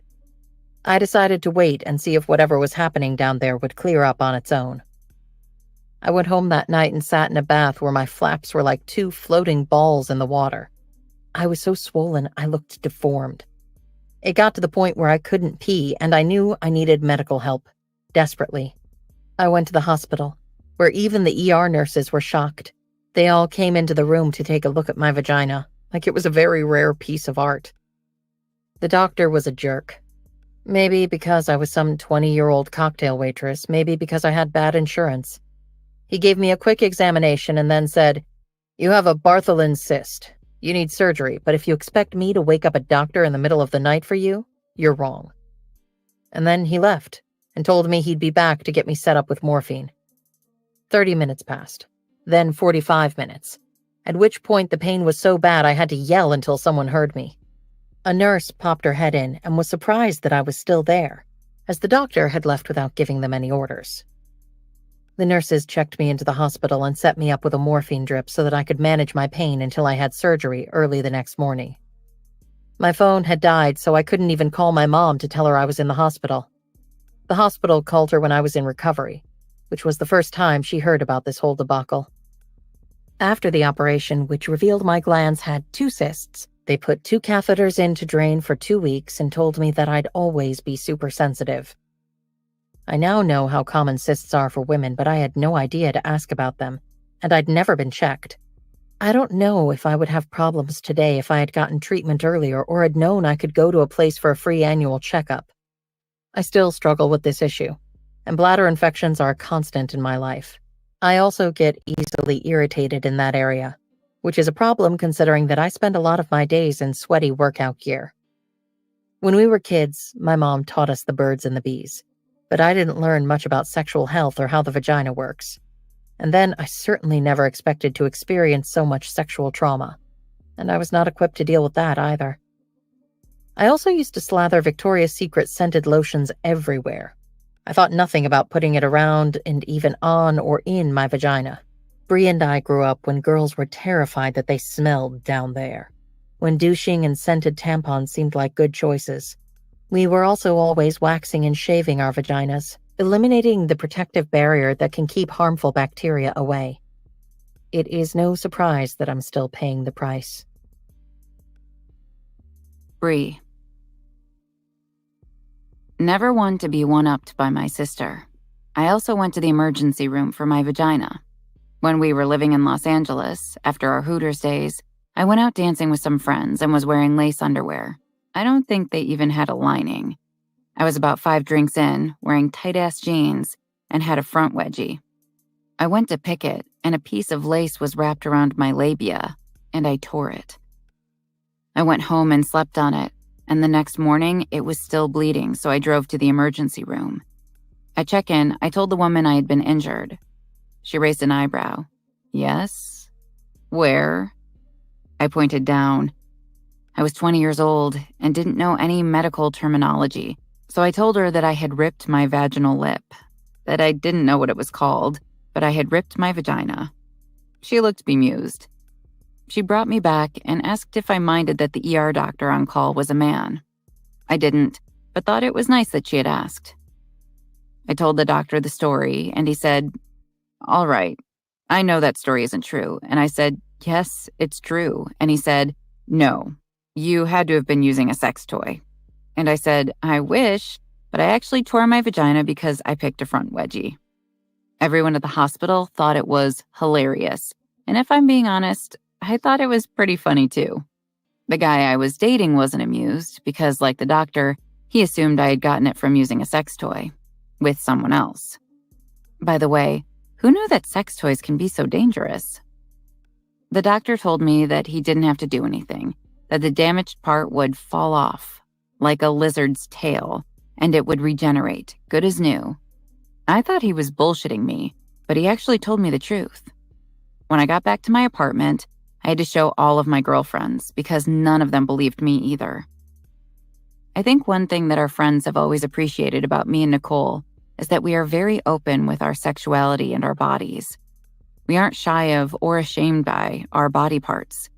My mom was very open with us from a young age. It would make her crazy that we were so sexual, but she was still adamant about not hiding anything. Because she grew up in a strict Catholic household, she always hid everything from her parents. And, well, we all know how that turned out. Because she hadn't been educated about protection, she made sure that we were. She wanted to get us on the pill and teach us how to protect ourselves against STDs as soon as she knew that we were sexually active. We were comfortable saying vagina, penis, and sex because she didn't create a culture of shame around it. Nicole. Despite the perpetual physical discomfort, I'm a very sexual person. Feeling free to enjoy my sexuality has become a big part of who I am. I want to be part of the movement that shifts all the limiting, old-fashioned beliefs about women. That you can't be a lady and also be sexual. That you can't be taken seriously in business and also care about how you look. For some reason, there is this lingering expectation around women that we all only get to be one thing. You can be beautiful, but then not intelligent. You can be sexy, but then you better not be a mom. Men are never criticized or minimized in the same way. It's time that we come together as women and demand that society stop defining us as one thing only. I like to be sexual, and I like to be sexually dominating because it makes me feel strong and powerful. I have always been like this. Looking back at my grade school journals, I can see that it was clear then, too. Despite what has happened to me, I have been insistent on embracing it, rather than feeling ashamed. If anything, I have been more determined to find the power in my sexuality, because the formative sexual experiences that I had when I was younger left me feeling like I had no power at all. Many people rush to judge me, to assume that I have allowed and invited men to turn me into an object. On the contrary, I have a lot of respect for myself, and this is who I am. I love having a womanly body. I love having big breasts, even if I wasn't born with them. I love dressing up for myself and feeling sexy. It annoys me to no end when society decides to judge women like me by assuming that high heels and tight dresses mean we don't have any self-respect, or only find value in what men think of us. That is bullshit. And I don't have to wear a potato sack to prove it. I love myself. I respect myself. I am sexual and I am strong. I can kick anyone's ass. But I would rather do it in Christian Louboutin heels and a bondage dress. I want younger women to have a different reality, to learn how to take care of themselves so that they don't end up in similar straits. I wish someone had taught me about proper self-care, about keeping things that don't belong in your vagina out of it, scented tampons, fragranced lotions, douches all together, about wearing organic cotton underwear when you exercise so that your vagina could breathe, about the importance of getting annual physicals to be sure that you don't have untreated cysts or abnormal pap smears. If you don't have insurance, go somewhere where they provide essential services like checkups, breast exams, and pap smears for free. If you have plenty of money, consider making a donation so another woman can have control over her own health too. Being a woman and owning our femininity is an incredible source of power. Being a woman means you have the ability to enthrall, the ability to hold, the ability to create, and so much more. Women are awesome, and it's time that we all take our power back, particularly from anyone who wants to take our sexual power away from us, or make us feel ashamed for embodying it. Brie and I knew that we wanted to build a company. We wanted to address female sexuality and empowerment, to create products that were better for vaginas everywhere. Nothing that was going to tear the lip of your vagina, for example, and no products with parabens or phthalates. And in doing that, we also wanted to destigmatize the vagina, to stop girls from giggling about it and inspire them to get to know it. The name for our lingerie and clothing line, Birdiebee, actually came from the saying, the birds and the bees. We thought the name was cute, but we also wanted to acknowledge how we learn, or don't learn, about sexuality, which has never been taught properly in schools. For example, did you know that the clitoris wasn't even in the 1948 edition of Grey's Anatomy, the basic textbook in medical school? In school, we giggled through sex education class, which was about basic anatomy and pregnancy, but nothing about the importance of consent, and nothing about the power of sex to create intimacy and pleasure, and how important it is to own that for yourself, to feel like you can access it. Instead, we were left to our own devices, in empty bedrooms at party houses, and there were a lot of missteps. And because of that, a lot of shame. We hope that we can help address that for younger generations. We believe that there has to be a world where women can be powerful sexual creatures who can still win respect, where wanting pleasure and equal access to orgasms is not something to feel ashamed about. Brie. I had 21 hours of labor with Birdie, which ended in an emergency C-section. I pushed for 3 brutal hours, but my cervix just wouldn't open enough for her 14-inch head to make it through. I was 10 days late, and while my doctor knew that I wanted to have her as naturally as possible, she had to induce me with Pitocin, which is a drug that starts your contractions. It puts the motion in the ocean. I insisted that I wanted to do the induction without an epidural, which in retrospect seems pretty crazy. Pitocin makes your contractions much more intense, and once the labor gets underway, an epidural is pretty much essential. But as much as my doctor cautioned against going without, she knew it was important to me, so she let me try. I labored for 10 hours on Pitocin without an epidural. I've never experienced pain like that. It felt like I was being cut open from the inside. It was exhausting on every level. That is not how I had planned it. Like many women who have never had children, I thought I would be able to control the process of bringing Birdie into the world. I wasn't scared of pain, and because of that, I thought I had it in the bag. After all, I jumped off the top ropes in the ring. Clearly, I could handle vaginal birth without drugs. Initially, I wanted the full hippie fantasy home birth. I had been taking hypnobirthing classes. I had my doula lined up, and Bryan and I had done tons of research and read every book about having the labor and birth you want. The thing about kids, though, is that they turn everything upside down. The entire process is an exercise in relinquishing control and understanding that there are forces far greater than you that will dictate how it's going to go. It is an exercise in being willing to just let what will be, without any added pressure or expectations. It would have been far more beneficial, it turns out, to take the pressure off Birdie's arrival. All that energy was needed for what would happen after she emerged into the world, like breastfeeding and nourishing my body for the first few months. I wish I had spent that time stocking the freezer with healthy soups or reading about babies and sleep schedules and not fixating on the perfect labor that was never going to be in my power to control. In my mind, my water would break, maybe somewhere like the grocery store, just to make it a good story. And then I would labor at home for a while, holding Bryan's hands and bouncing on my birthing ball. My doula would signal us when it was time to go to the hospital, and then I would push. All in all, a quiet, beautiful, and peaceful birth set to a relaxing soundtrack. My first instinct had been to have Birdie in the bathtub at home, but I was willing to make the concession of going to a hospital so we could be assured of our safety. I thought that by giving up the bathtub, I had made the only concession I needed to make.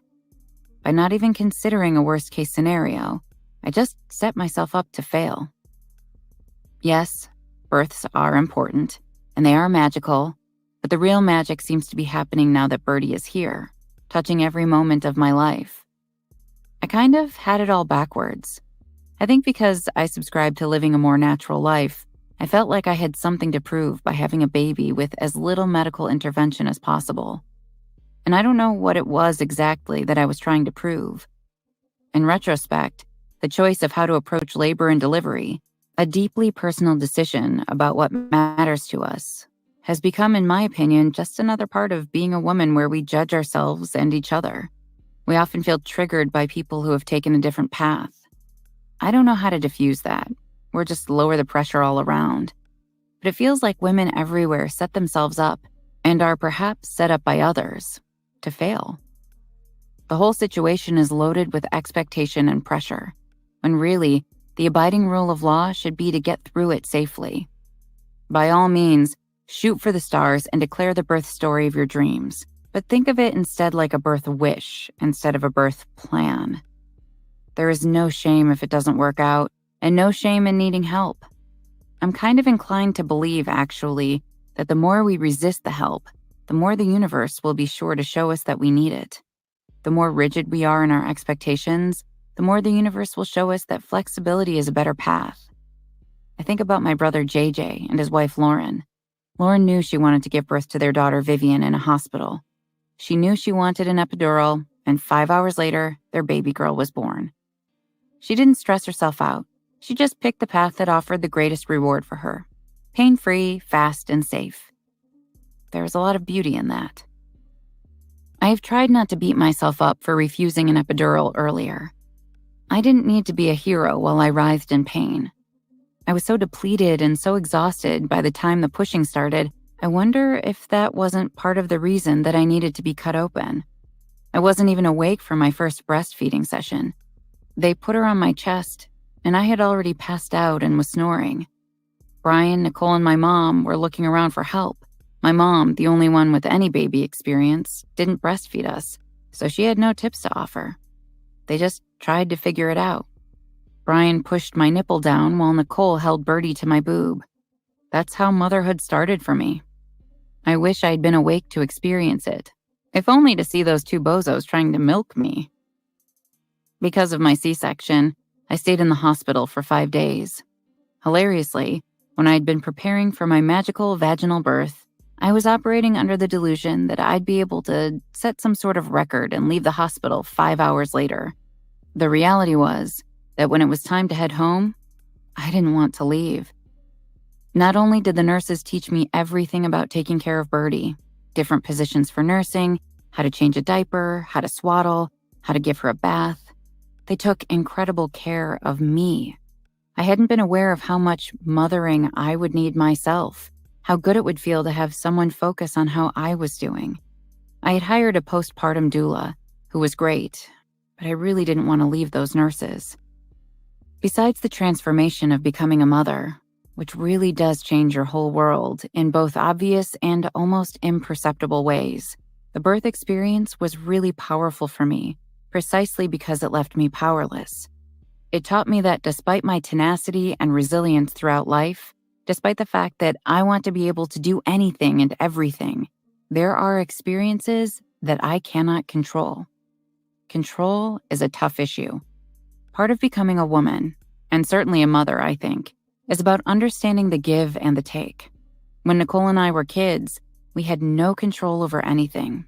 Our home life, our school life, our future. That lack of control meant that we didn't always feel safe, and certainly we weren't always safe. Now that I'm an adult, control feels essential. Because I know that if I'm in the driver's seat, I have the best shot at ensuring my life will go how I want it to. But in that hospital, I learned that it's okay to give in. It's important to let other people lead when needed. And it's essential to let people take care of you too. Finding that balance is really difficult as a woman. I think many of us hold on so tightly because we've never experienced what it can feel like to be really held, to let go for the trust fall and relax into the arms of others, knowing that you're going to be okay. Being a mom has now forced that issue because I know I can't take care of Birdie alone, and I certainly can't take care of Birdie and myself alone. I need help and support, like all women everywhere. I struggled, and Bryan struggled too. In retrospect, I think he had postpartum depression. It is actually not uncommon among men, even though it is rarely discussed. I had been on a 9-month physical journey of connecting with Birdie. My body was transforming to accommodate her in real time. He had nothing physical to attach to. He just had books, and he had read a lot of them. But no book can prepare you for the real thing, for this tiny, needy creature who has wants and needs that you have to learn on the fly. I got to do the nursing, so his duties were diapering and swaddling. Birdie hated both of those activities with a certain ferocity. It started to wear on him. I had the happy bird. He had the angry bird, who would have throttled him if she'd had more strength. I also think that he assumed he could just learn, through books and through doing, how to be a dad. But it's not always a natural acclimation or something that you just know how to do. That's another big falsehood in our culture, that it's so natural that you take to it without effort. I had to teach him how to be a dad, primarily through admonition and nagging. We didn't have anyone around who could model it for him. It is a tough learning curve, not something to be dismissed. There seems to be momentum and awareness in the culture building around this idea that parenting is a community endeavor. The cycle of mothering needs to extend far beyond the parent-child relationship. Mothers need mothers too, and fathers need role models. There seems to be a shift as well in the idea that it's much healthier to live our lives without judgment, however well-intended that judgment might be. Nicole. Speaking of judgment, I've had many well-documented struggles about my own body. For most of our WWE careers, I've been referred to as the fat twin or the chunky Bella. It's a funny thing because I do like my body. I'm continually amazed by what I'm able to do with it. I've always been an athlete, and I've always been able to rely on it, even when I was wrestling with a broken neck. But it's still a struggle when I'm continually taunted for being 10 pounds overweight. The entertainment industry is like that. You can never be thin enough. I also have to see myself in photographs constantly and on TV. That old saying that the camera adds 10 pounds is true. And it's rough. When you're our height, 10 pounds is a lot. When I'm skinnier, I'm more photogenic. If I didn't have to see so many photos, and particularly photos at crazy angles, I wouldn't be so hard on myself. Plus, getting down to my goal weight is tough. It only happens when I'm extremely strict with myself and work out all the time. That's not typically how I like to roll. I love good wine and long dinners out, and I certainly eat too much black licorice. According to people who know me well, I have a raging case of SOMs, which translates to start on Monday. I'd just much rather have a great time in the moment. In the mid-1990s, Sunny was one of the female wrestling stars. She was a manager and she didn't actually wrestle, but she was big time in WWE because she was the first woman who was part of the company as a pinup. She was a sex symbol for a lot of high school boys. When Brie and I made it to the main stage, she wrote a Facebook post about how she thought I was fat. She wrote, "There's no excuse for any of those girls in their early 20s to get a little chubby. Wait until they hit 35 and everything slows the fuck down. Then what? They are getting paid to look a certain way." She felt terrible about it after, and when she was inducted into the Hall of Fame, she pulled me aside to apologize. She was clearly nervous to see me. But I don't blame her either, as it was emblematic of the culture. Wrestling, in particular, is very body-oriented. They were always hard on the women who gained 5 pounds. They would call you into the office and talk to you about it. It has changed now. Brie. On the flip side, I have always been a twig. Nicole and Natty and the other wrestlers would call me a baby deer because I was so slight compared to some of the other women. I've always been like that, and have always been deliberate about staying that way, which was never that hard until I had Birdie. I gained close to 50 pounds when I was pregnant, despite the fact that I hiked and moved and ate pretty well throughout. It was a struggle to get it off, even with the support of my trainer, who worked hard to get me back into fighting shape for the ring. The last 10 pounds were almost impossible. And because of the C-section, my stomach, which has always been flat and toned, is a mess. I don't know if it will ever be ready to be displayed in public again. But as much as I wanted to hide, I also knew that I needed to reveal my post-baby body in Birdiebee to show women that, like many of them, I was struggling to put myself back together. Too often, women in the spotlight miraculously get the weight off. Or maybe didn't gain much to begin with, but they set a standard that is far from reality for most of us. I wanted women to see that it was hard for me too. It's been important for me to post shots of my soft mom body in Birdiebee intimates. I've instructed the team not to Photoshop me either. Instead, I want to show everything. Hopefully, other women can feel connected and know that they're not alone. I've enjoyed these different seasons of my body, from being tiny and toned to having the world's largest belly for my 8-pound, 10-ounce baby girl, to being a soft 140 pounds now. Before Birdie, I'd never weighed more than 130 pounds.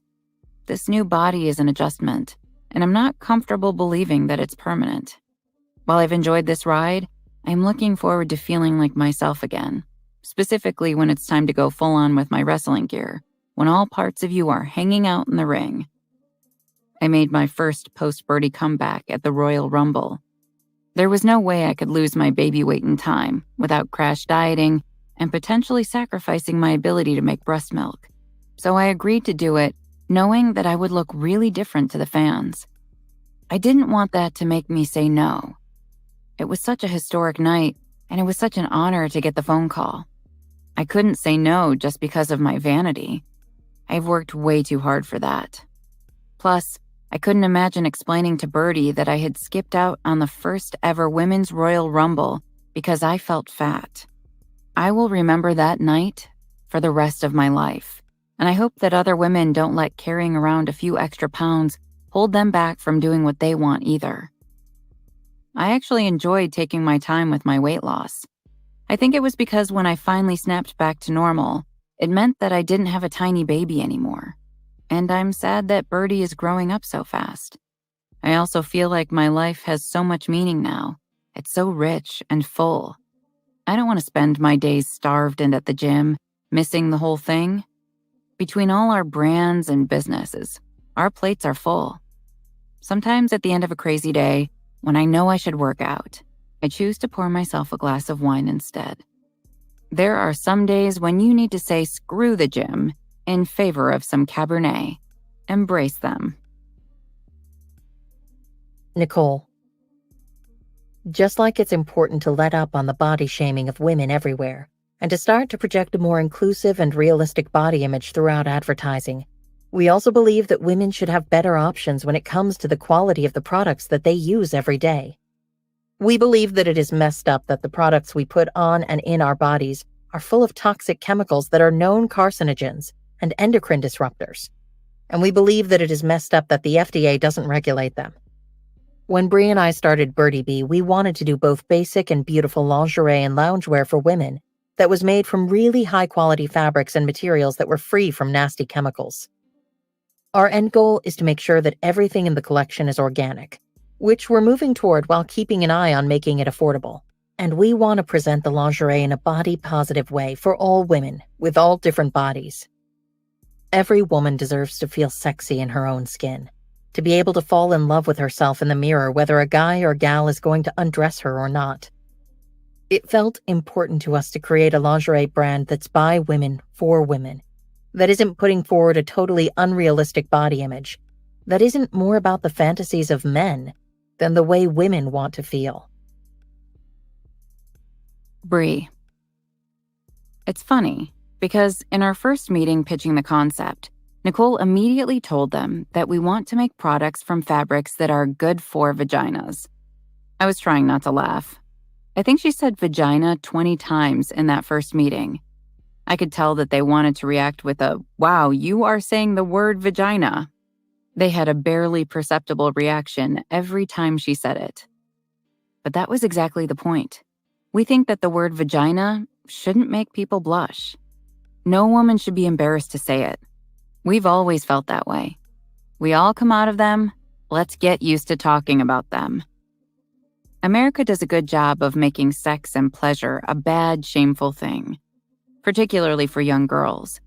You don't really hear the same condemnation of young boys who might be exploring their penises and pleasure and having wet dreams.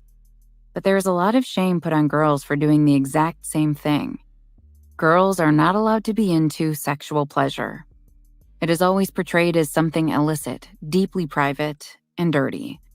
Because of that, women aren't taught from a young age that it can be beautiful and empowering, and that it's natural and important. Instead, being sexy is about subjection or sluttiness or a guy's pleasure. We need to change that.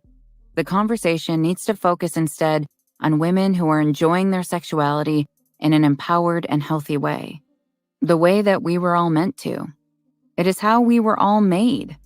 It takes courage and bravery to speak openly about your sexuality in the way that Nicole does. We need more women to do it. When Nicole and I were first dreaming up our brand, we decided that we wanted something that truly represented us. Being a hippie, I didn't want to make anything that was unnecessary, which is how we settled on essentials and lingerie. Everyone needs underwear. And we wanted to put inspirational sayings and people's voices on shirts in order to feed this collective movement of positivity that's happening all around us. We have a platform, and we wanted to walk the walk. We want to build actual products to represent what we're trying to create in the world. When we were researching fabrics for the Intimates line, we were shocked by how many toxic chemicals were in most materials. These are fabrics that you wear close to your body, against your vagina in many cases. We insisted on doing premium fabrics that were free from toxic dyes and chemicals until we could get the line to a place where we could affordably source fabrics that were 100% organic. And that's when we had to part ways with Damon John. We had met Damon when the Super Bowl was in Phoenix and had fanned out on him hard because we both love Shark Tank. We told him we wanted to start a company, and he thought we had the chops, but we ultimately had a different vision. Damon is an awesome guy and an incredible businessman, but he felt very strongly that we needed to do licensing deals and that higher quality fabrics were out of our reach, that they were just too expensive. I had to keep reminding him that I'm a hippie and that I didn't want to make something solely to slap my name on it. Plus, remember how we react when someone tells us that something can't be done? Once we were on our own, Nicole went to meet with intimates designers all over Los Angeles. Meantime, I started to drive from factory to factory, learning all that I could about how material is made. Every factory was 20 minutes away from the next, and I was newly pregnant and peeing constantly, which means I spent most of the day learning all of the locations of Starbucks bathrooms. Nicole had an educational day too, particularly when she asked the lingerie designer if she could turn around the collection the following week. As we've learned, doing things right takes much longer than that. In the end, I'm grateful to Damon John because our parting ways made me get off my ass and go experience everything firsthand. We ended up touching the whole process, taking control of our product, and getting to know every nook and cranny of the business, including the ins and outs of the factories. We needed to understand how it all has to come together in order to make the thing you want. Business can be intimidating, particularly for two women who never went to a 4-year college and have a far from typical career trajectory. But it has been really empowering to force ourselves to learn things, to not be intimidated by all that we don't know. And the reality is, like with most things, it's far less complicated than people want you to believe. It's primarily about following your gut. We had already spent a year developing the line, and in the course of a few days, we realized that we had to start over. We needed to redesign the products to feel more like us, and we needed to source better fabrics. But it's been worth it. It was a blessing in disguise. We still have a lot to learn. It had been challenging to try to run a company while wrestling for WWE and filming 2 TV shows. If we had it to do over, I would insist on controlling every part of the process, even if it took us longer to launch. There are a lot of things that need to line up exactly right. At the beginning, it's key to make it as close to your vision as possible so that the people who work for you understand what you want and then can rinse and repeat. And it's also hard and expensive to fix things after the fact.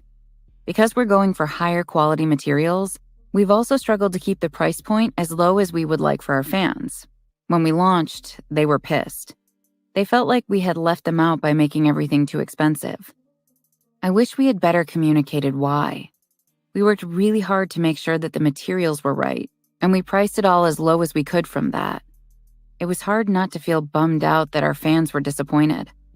I'm sure they felt like it was arbitrary, that we were just trying to make a quick buck, because we didn't explain ourselves well. We were also both very adamant about including plus sizes at launch and showing a wide range of ethnicities and skin tones. But we couldn't get it lined up for the launch. We didn't have the plus size samples in time to be photographed.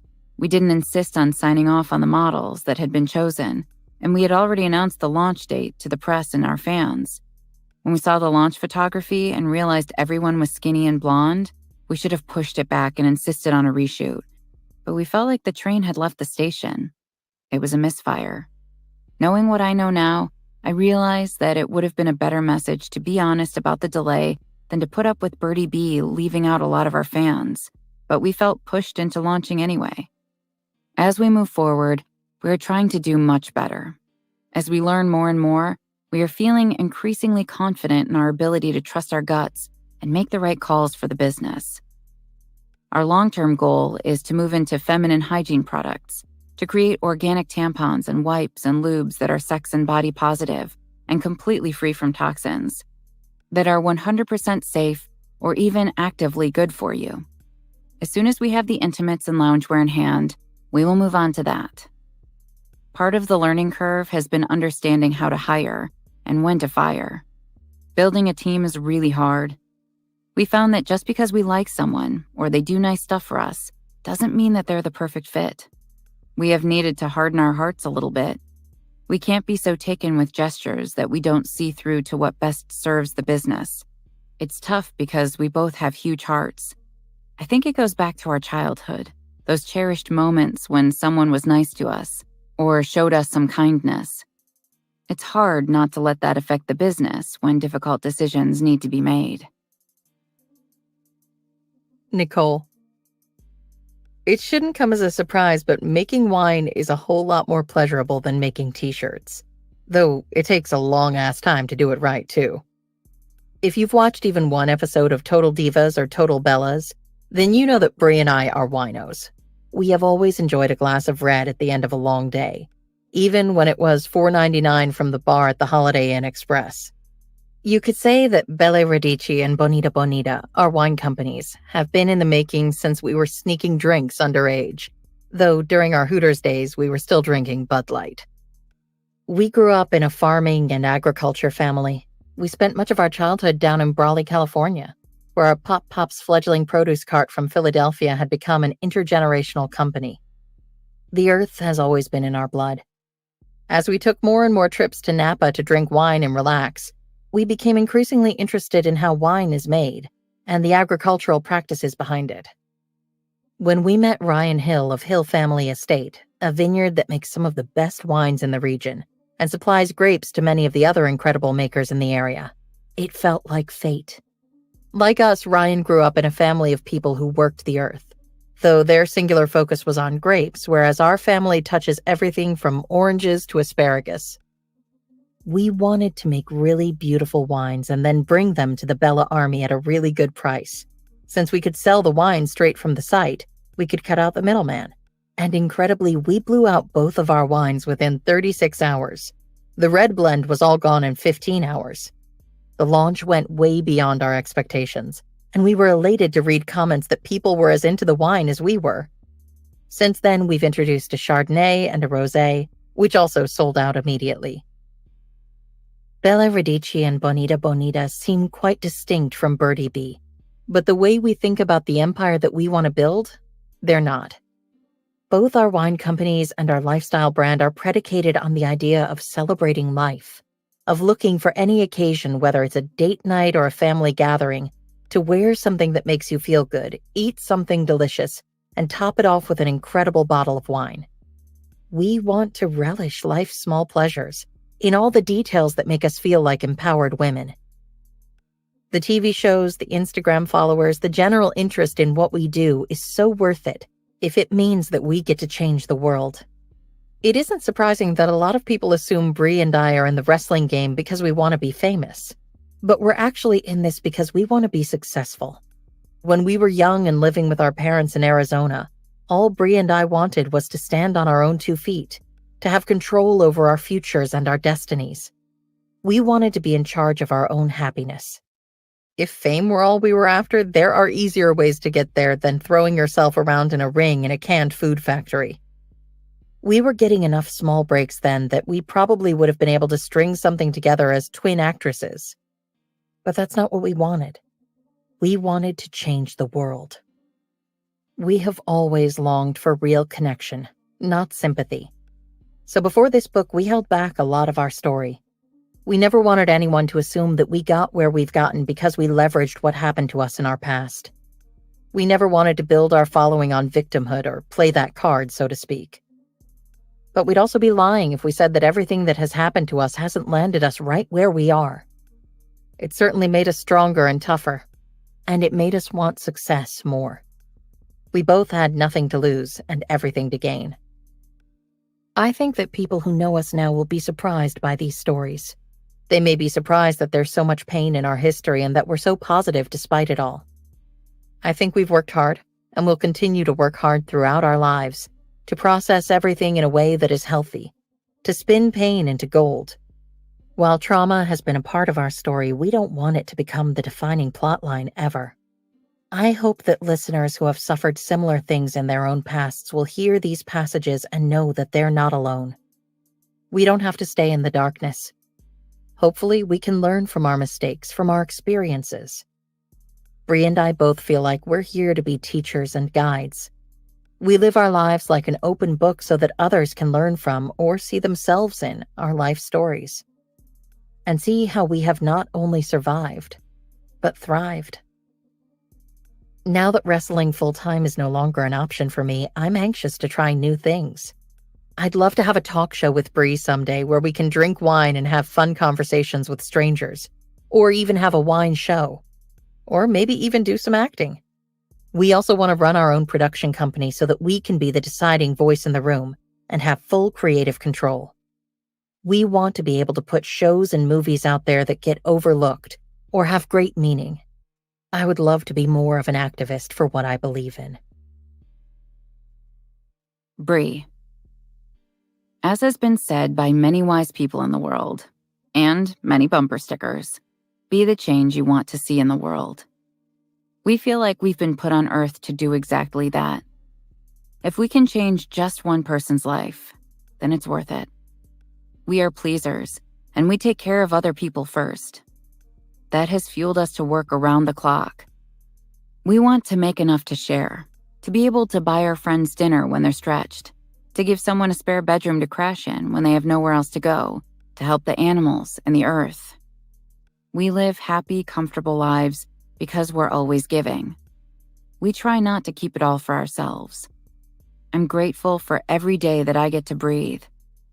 You only get so much time, so let's make every moment count.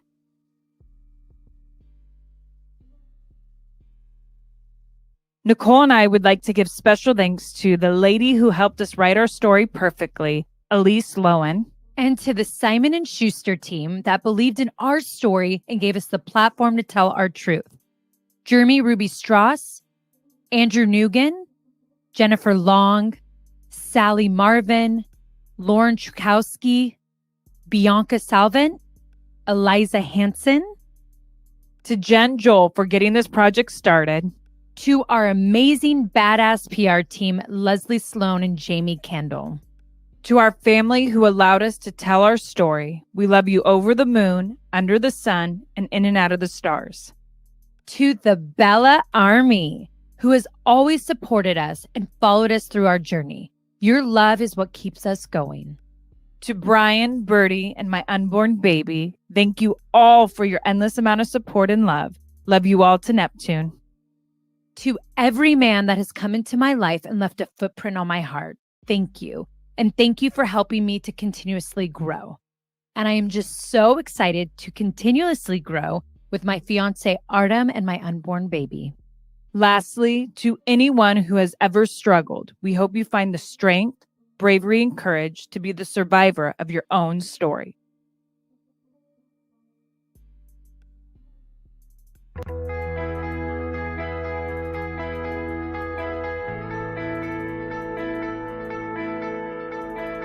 Incomparable was written by Brie and Nikki Bella and read by Jamie Matler and Lisa Flanagan, with an introduction read by the authors. Editing and post-production by like 2,000 pounds. The associate producer was Claire Tadakoro. Incomparable was produced by Nicole Shelton.